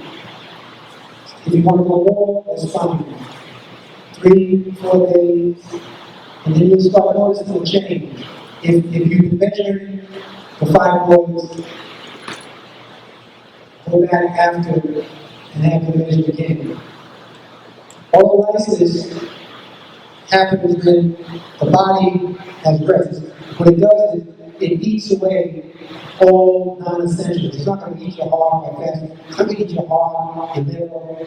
It's going to eat first the excess fats, then it's going to eat the waste matter, such as fibroids, tumors, cysts, and other things like that. The body is fully recognized the deal, but we just have to get out of the way. The reason we step outside of ourselves so many times is because, as I just stated to the brother, we've been so commercialized that we can't devote any time to our person. We have to work, children, family, and all the other things is pulls us away from the task of what you're supposed to be doing already. And so when it happens, we're off. And things build up. Lifestyle, coming off of cook food diet, it takes time to give your body back those things that it requires, as opposed to intermittent. It's a regular, routine. Also, as the questions have been asked, we're approaching 8 o'clock, and I'm already on the high 10, so let's keep the questions very concise, and panelists just try to keep the answers as concise as possible, and so that we can expeditiously move ourselves, so that I don't get highly difficult.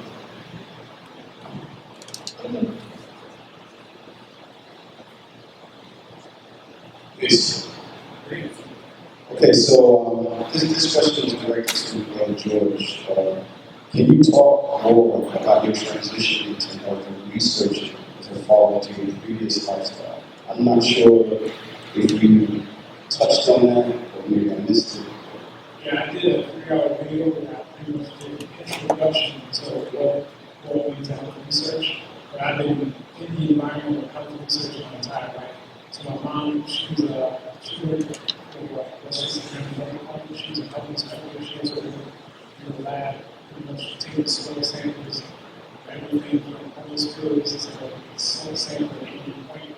My father was a naturopath healer. My grandmother was into metaphysics.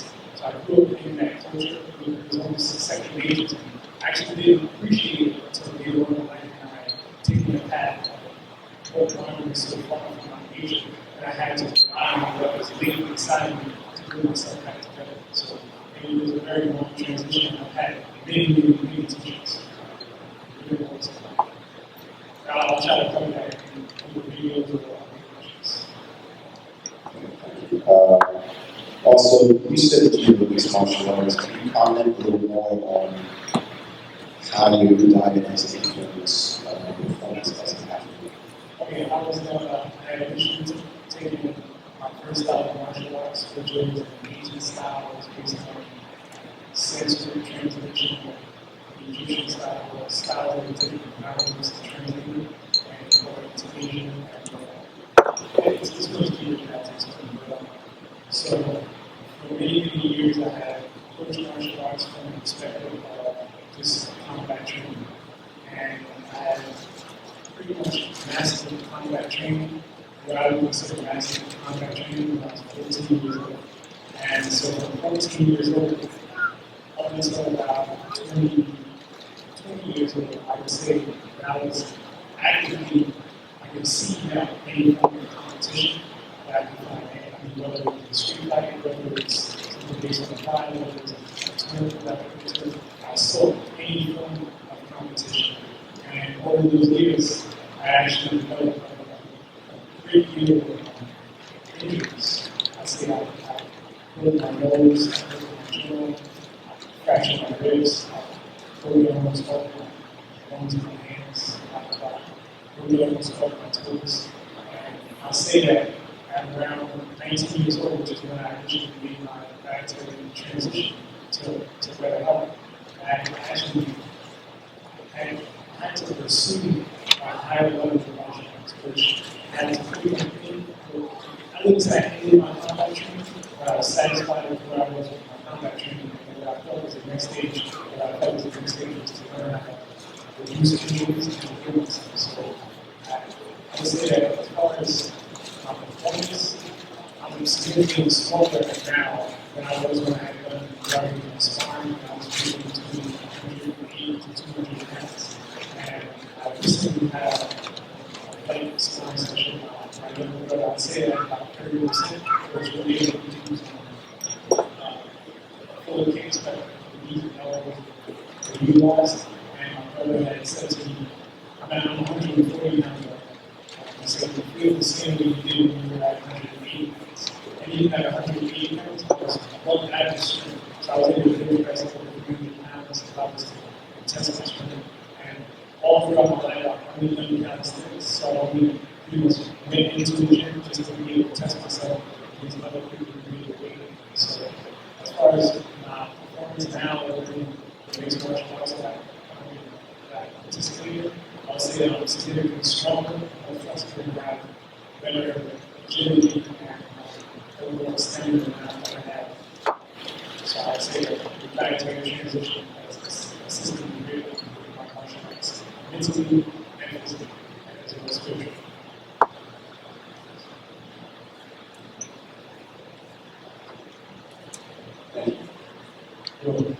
Yes, ma'am.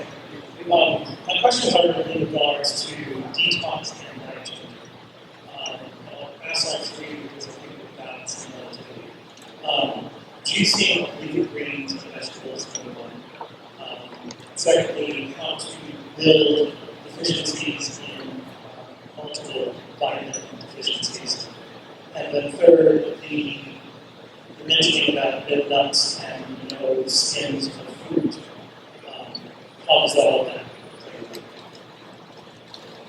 Alright. So initially we asked about detoxing and juicing foods.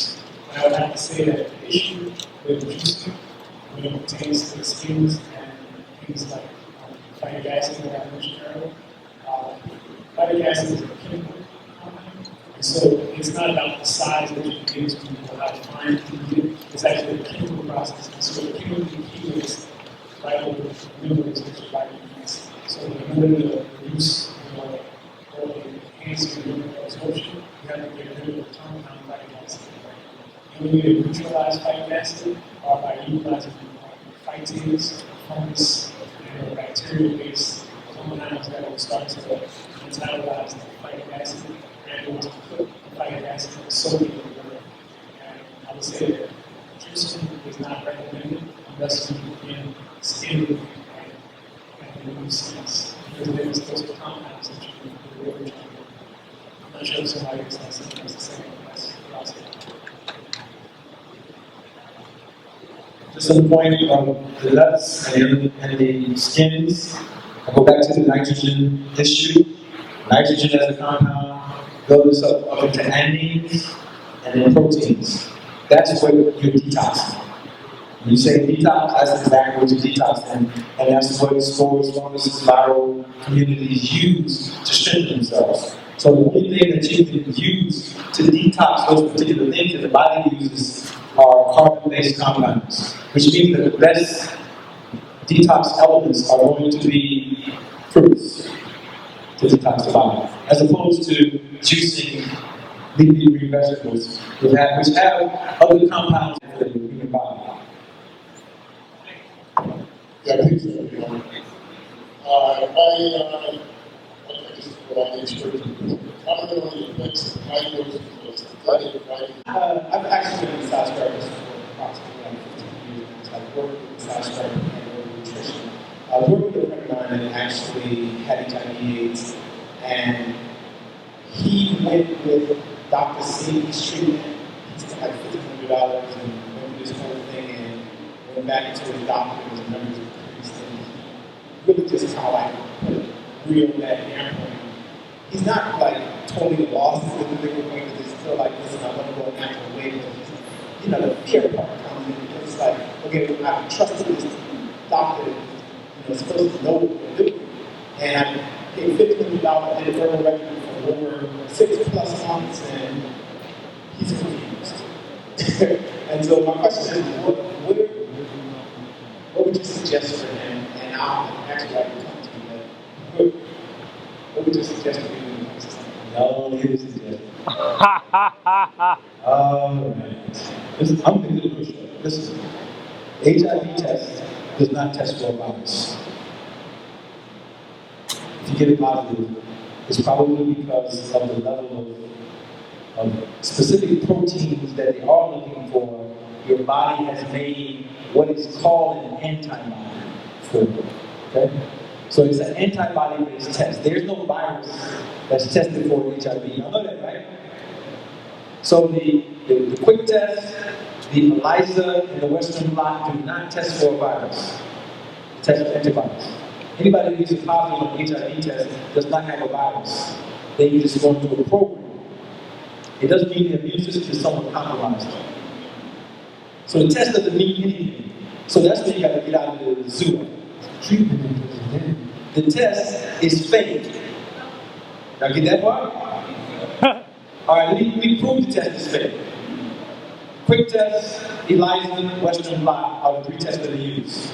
The most advanced testing used in the United States is called PCR, polymerase chain reaction test. It was developed by someone who won the Nobel Peace Prize. You can look him up online. His name is Dr. Kerry Mullis. The inventor of the most advanced viral testing says that HIV doesn't exist. Did I say more? It's fake. So the problem that he's having is not knowing that.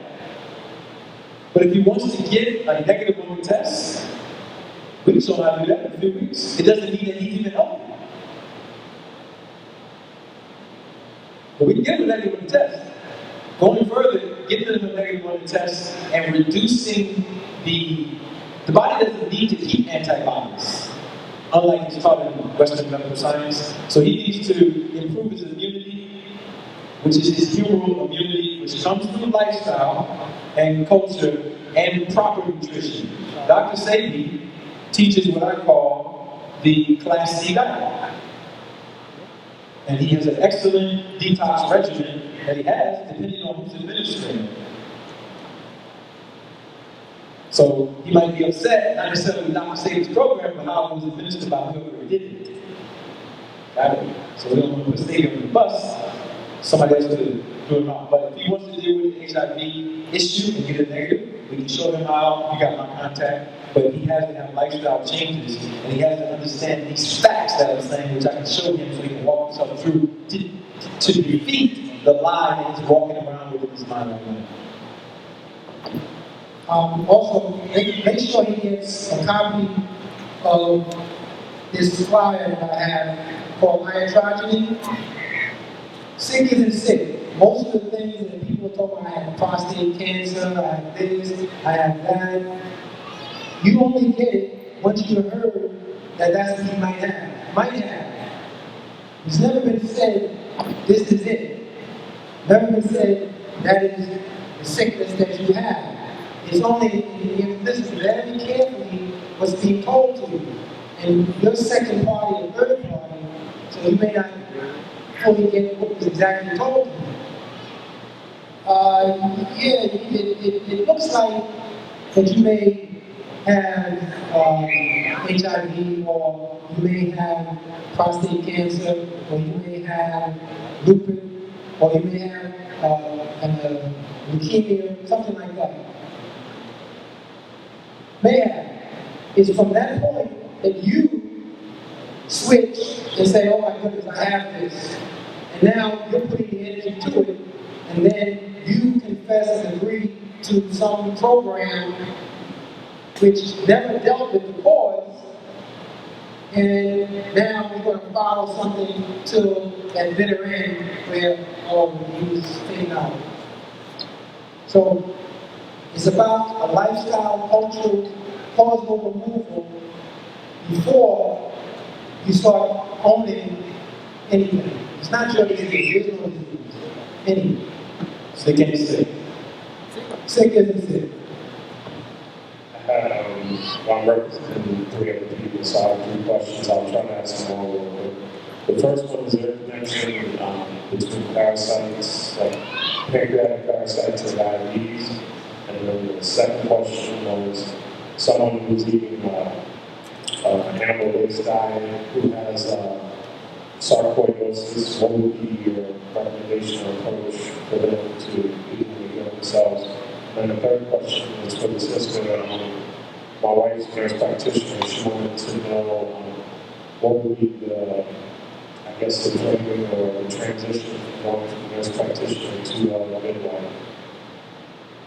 Okay, the first question, absolutely yes. You can't have a disease where there's no parasites. So parasites have to accompany the pancreas, heart, everywhere. Everywhere you have disease, there's parasites, everywhere. Second question on sarcoidosis, you're dealing with respiration issues, nodules in the lungs. Make sure that you're not smoking, weed, whatever, black miles, cigarettes, that's an issue. And make sure that your consciousness is not over rigid, because that's a Saturn energy. Whenever you're getting tumors, fistulas, those types of things, that's a Saturn energy. You gotta do more relaxing in your life. You need more oxygenated foods. All right. You can even use some herbs like melanin and eucalyptus to help with the vibration and strengthen the lungs, and of course dietary transition. And I'll pass this. It should be fairly easy for her because she's already a nurse, and depending on what type of midwife or what type of midwifery she wants to practice, she might just contact her nursing board or the American College of Nurse Midwives, because a lot of her coursework would already be done, and she would just need a specialization in midwifery.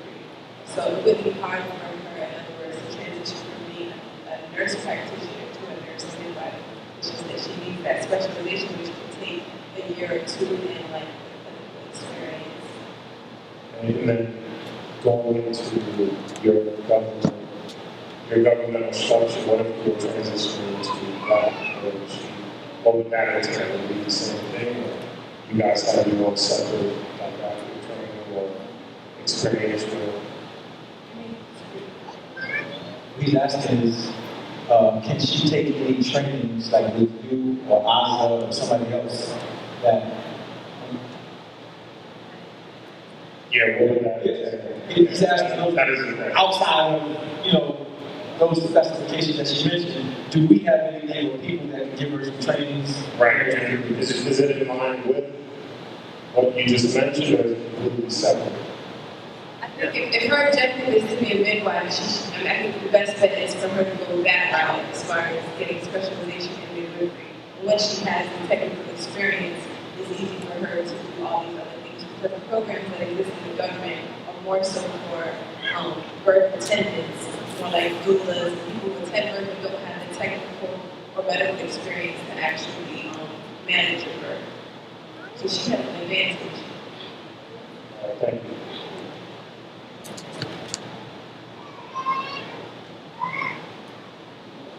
Please.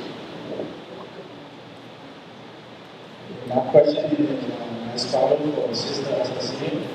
I would like to know, can you share with us your experiences with women who, the average women who eats everything in the book, compared to other women that have more, or I would say A or B class diet, as far as the pain level? Because my study shows that the birthing process is not supposed to be as painful as we see.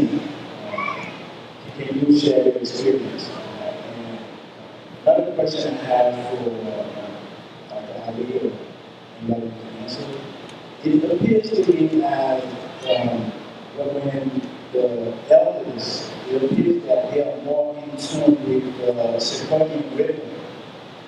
If aging has to do with what we put in our mouth, how come as they get older, they require less sleep because most of the older people that I know, they don't sleep that much. By 4, 5 o'clock, they are up. They are more, it seems to me that they are more in tune with the circadian rhythm, no matter what their diet is like.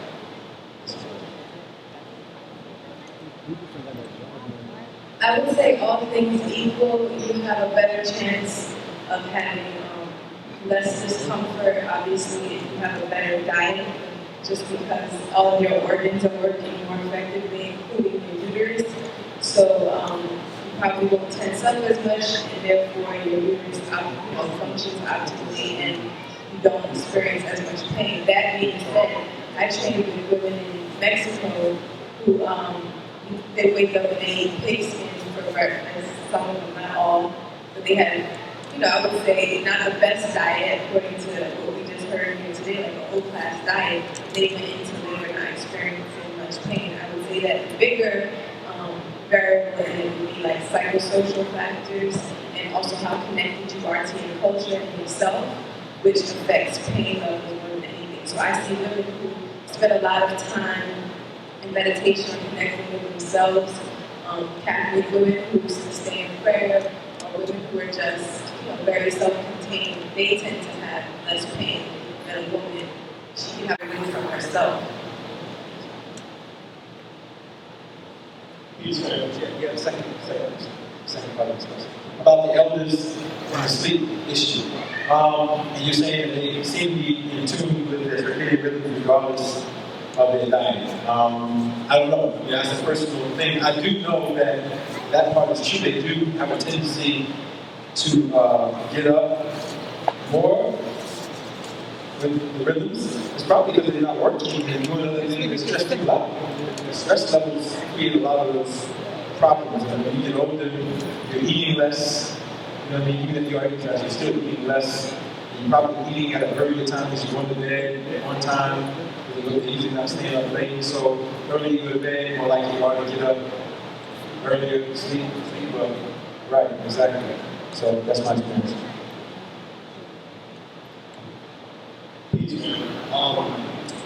Two inquiries I have. First one being, for somebody who might be on a class C or D diet who has cavities, what would be a way to remedy that? And I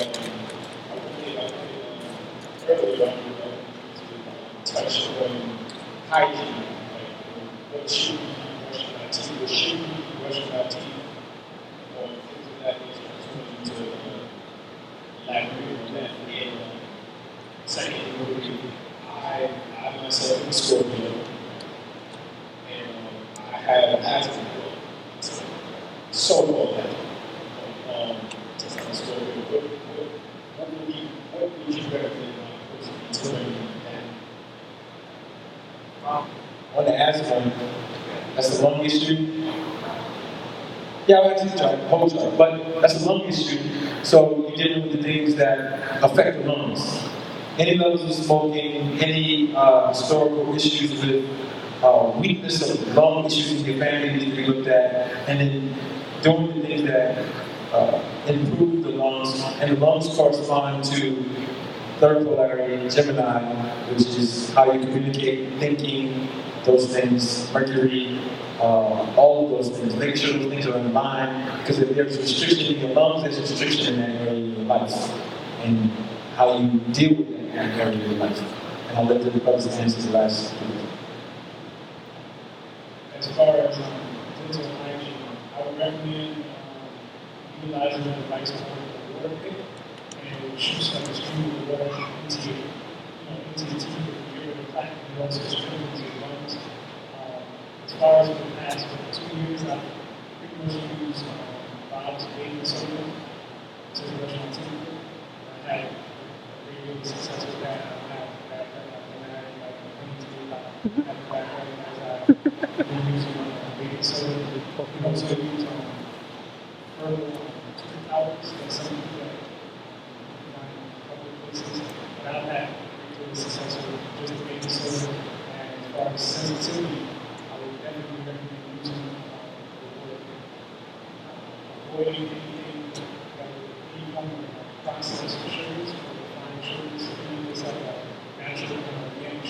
it's still very important to eat dates. If you go to buy this land dry dates, you are going to the therapy that you use, the urges, and bring the system to sensitivity, and also just monitor what you consume.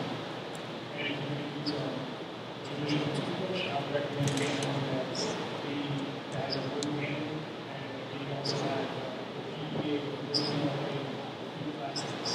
Just want to find a natural choose that find those that are really serious.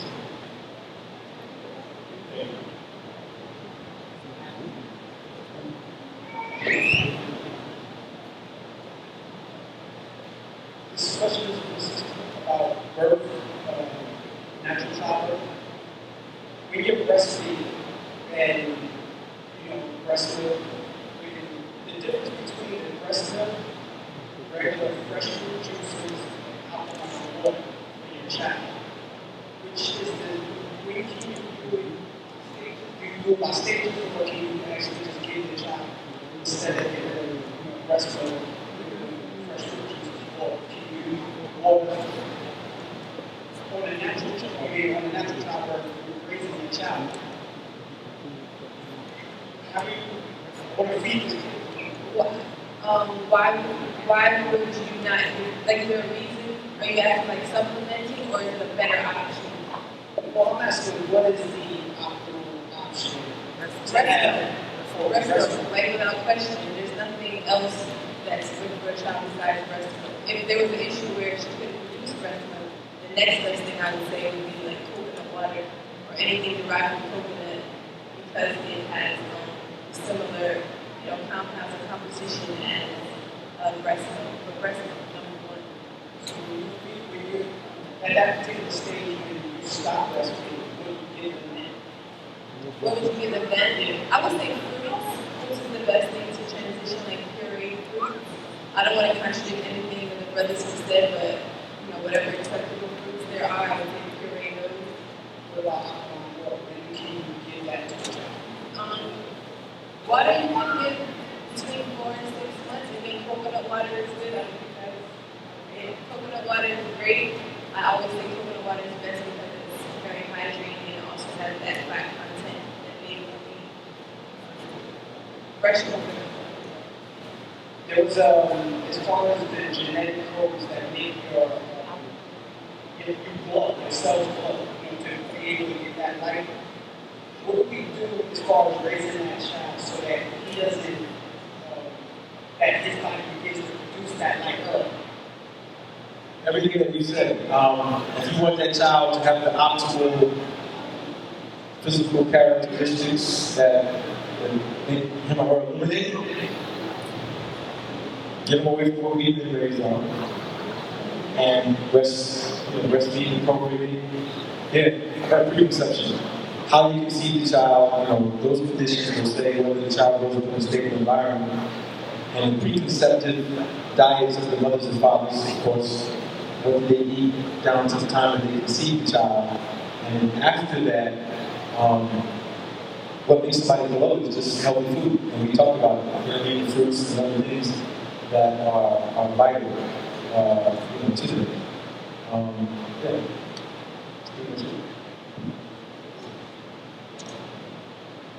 I thought you were talking about different foods and stuff. I grew up in the islands, right? We used stuff like the seahorse. I didn't hear you all mention anything about using the food from the sea. Next question, what about beets? Like back in the island, we use the beets and the beet stuff. Beets, like beetroot. Yeah. Well, first the question was on the sea vegetables.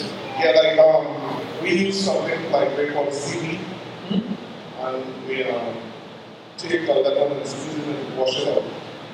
Throw warm water in it, raise up, and we use that as a food. Now we see that a lot of results using it as a food.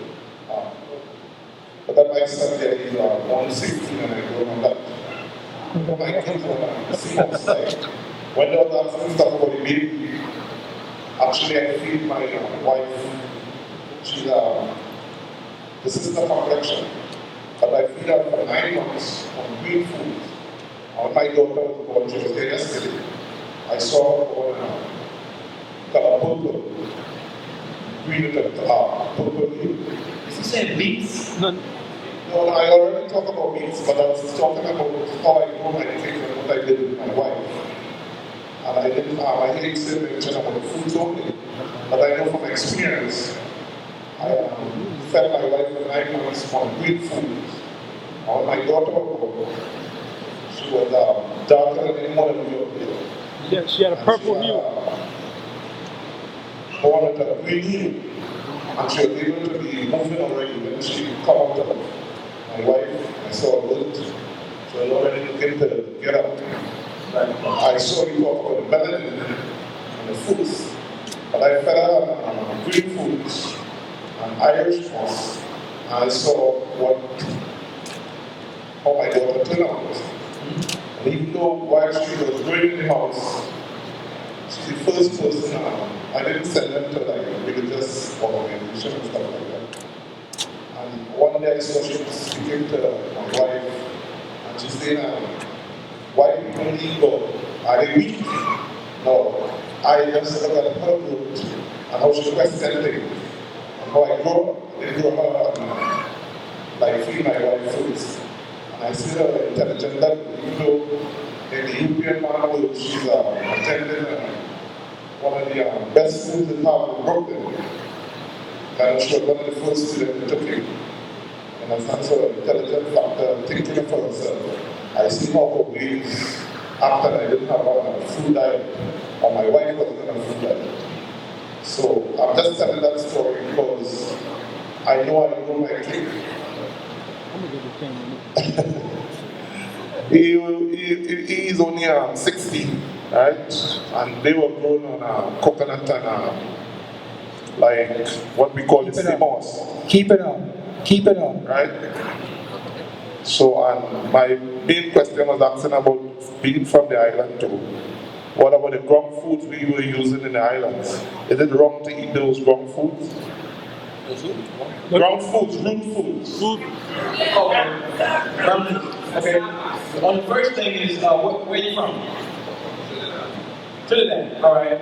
So you growing up is pretty much the toxicity in the atmosphere in New York and these cities here is completely different. And you're living in the place where we're supposed to live. We're outside of that right now. So that's a huge factor when you deal with UVB radiation in that belt, as opposed to what we're getting in these areas, which are areas that we only came to visit on this planet. We never anchored ourselves in these places. We're not even supposed to be living here right now, but by circumstance we're living here. Second thing is everything that you're feeding them that you mentioned is proper. There's nothing wrong with those things. And we also need to understand that if you look across this room, when we say melanin, we're not some people can have more skin melanin and less melanin in other internal parts of their body. Some people have more internal melanin and less skin melanin. Some people have more skin melanin and less internal melanin. And there's factors that contribute to that, where the melanin will surface. So that's a whole, that question gets technical. Why certain people, when they eat certain things, it replenishes the melanin to a specific system. And this is why I teach the 12 system way that I teach it, because it will show where disease will manifest from your birth chart, where you have the most melanin, and I can look at your birth chart to tell you. So you see what I'm saying? So it's a technical thing, but everything that you were saying is right. Now, as far as ground food,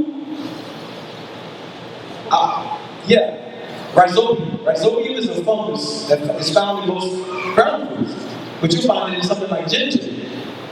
But the issue is the melanated body with enough carbon compounds can rid itself of the rhizobium and get the nutrients from those roots. So being in a bioenvironment where your diet is predominantly healthy and taking those roots is not going to ever have an impact on you because you have the constituent things to detox those small problematic things. The problem here is we're on the other side of the boat, where we have mostly toxins and we're taking these other things in and we're not detoxing that regular toxic diet as well as the ground fruit. You follow me? So it's a cultural issue, but those funguses are still there in those ground fruits.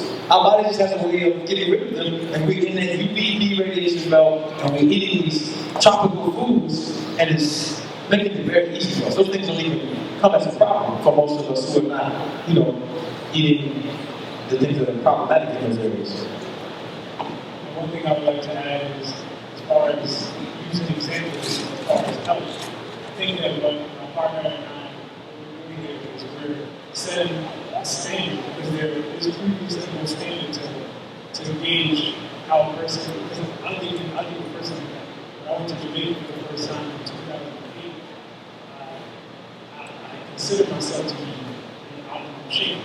And when I went down there, I was pretty much, I had already been vegetarian for a short while at that time, and I had noticed that the skin of the young men down there and the young women down there was vastly different from mine. Their skin was tougher, it was thicker, you could go barefoot, there's no feet would get cut apart, and they were just built vastly different from myself. And I was really muscularized. I felt that I was fit, but there's a different standard of health that you get in the tropics. And you basically, because of the environment, that environment, radiation, UV radiation, as well as everything else that's going on in that environment. The atmosphere is vastly different from what it is up here. So what we're trying to establish, and our partner and I are trying to do with ReUpload science initiative, is to build our own lab so that we have statistics and facts that are based on our own version of our so that we can continue to raise the bar.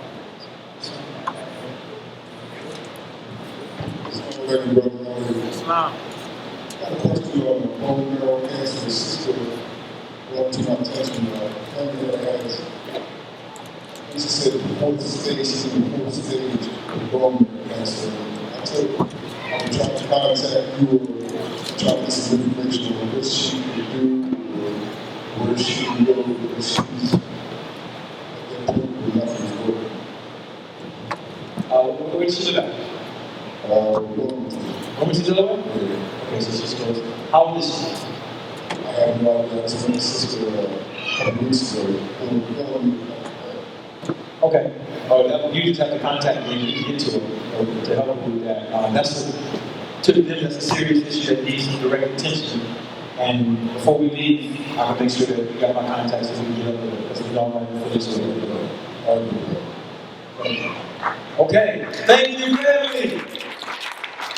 That was wonderful. Your announcements. Make sure before we leave here, we leave this place spotless, clean, detox. We thank everybody that showed up for this weekend. It was awesome. We thank the National Black Theater for giving us a place. Give it up for the Navi and staff. We're going to keep you posted on the other events that are coming up. If you want the DVD from yesterday and today, you can see Brother Hanif. Everybody know Brother Hanif, all the DVDs. Raise your hand. Give it up for the staff of Arna for showing up, volunteering their time. Here 4 days. Some of y'all who've been at the grills. I saved y'all on the weekend. Go ahead, bro. CMOS? Say it again? CMOS. What about? How do you feel? Yeah. Oh, good. Go ahead. Yeah, I have my own classification as to how I would rate various fruits and vegetables, and because I don't have any statistics that I can use to back my findings, I actually have to wait until I produce it myself, because I don't like to put myself out there with information that I can't use or that people can't use to reference it. But I would not recommend the CMOS or utilizing the CMOS for the reasons that I mentioned with other types of plant compounds. But there are some sea vegetables that can be utilized for enhanced health. And I would recommend like roots, which is about the roots. So I would recommend that over sea. No, I don't recommend that. But I'll get into that pretty much for the advanced aspects of my diet much later on in the future when I have statistics or at least studies to be able to back my statements. Because I know that we get a lot of trouble when we're trying to and push the bar. Like Ali and myself will try to push the bar, we get a lot of flack. People will practice some things, set in their ways. But what I like to do is I like to substantiate anything that I say with some sort of data. Urban. Oftentimes I heard. It's an Urban Health Science Initiative. Urban Health Science Initiative. Oh, yeah.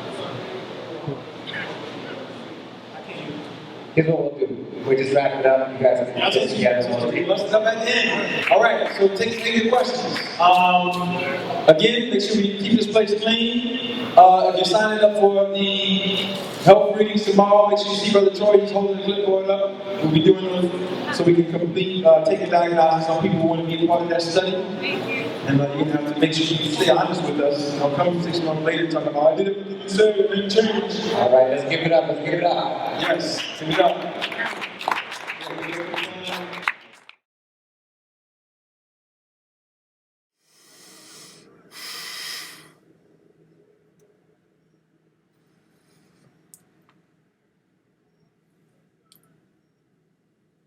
We on?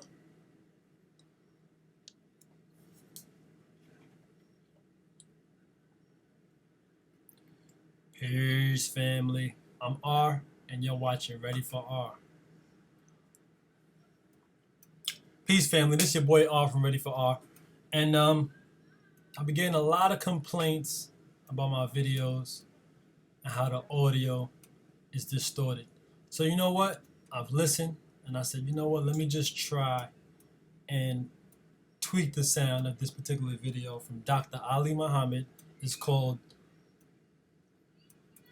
Non-DNA Diet Destroys Nitrogen.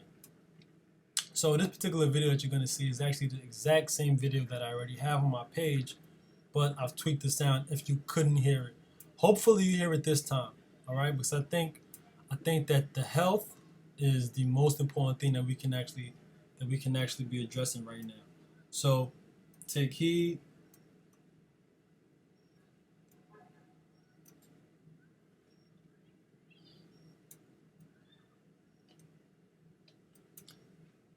Leave comments. Join our Facebook group, 6-Month Optimal Health Challenge. And there we'll be studying Dr. Ali Muhammad's health paradigm, which is the non-DNA diet, and my friend George Bess's health paradigm, which is nutrient retention rate. I'm personally on the nutrient retention side of things, so I'll be studying myself with that. But I implore you to go to Dr. Ali Muhammad's governmentreparations.org and purchase his book, which explains the non-DNA diet in great detail. Again, the National Black Theater has a huge fan, and it distorts a lot of the video, so bear with me. Also, I'm not even gonna. Should I touch on the Urban Health Science Initiative?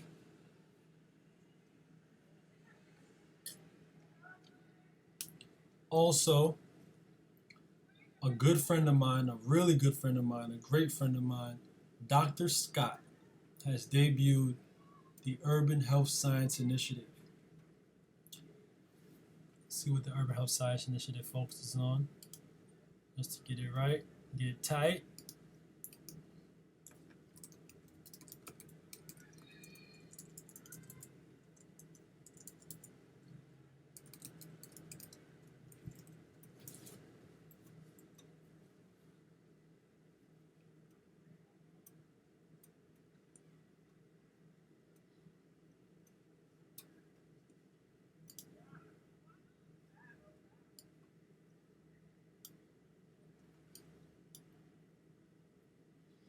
The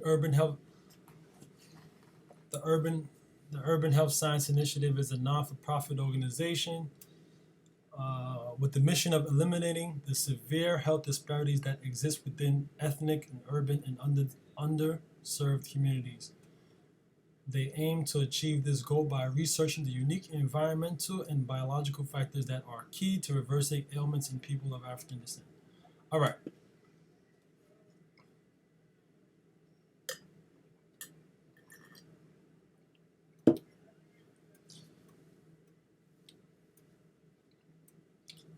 The Urban Health Science Initiative is a non-for-profit organization with the mission of eliminating the severe health disparities that exist within ethnic, minority, urban, and underserved communities. They aim to achieve this goal by researching the unique environmental and biological factors that are key to reversing ailments in people of African descent. So please, family, we're asking that you go to the Urban Science. No. So please, family, we're asking that you go to urbanhealthscience.com and donate to the cause.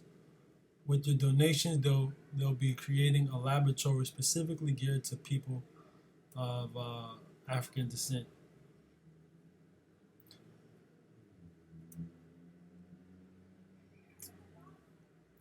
All right. So again, bear with me with the sound. I'm doing this out of love. I'm doing this, one, because I like Ali's information, and two, I think that it needs more airs. You know, obviously you guys like the information, so I'm doing this out of love. So there it is.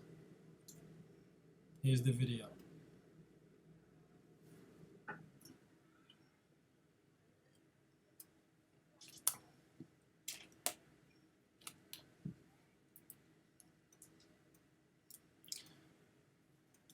All right, family. So please, again, bear with me with the sound. I'm doing this out of the love of my heart. And here's the video.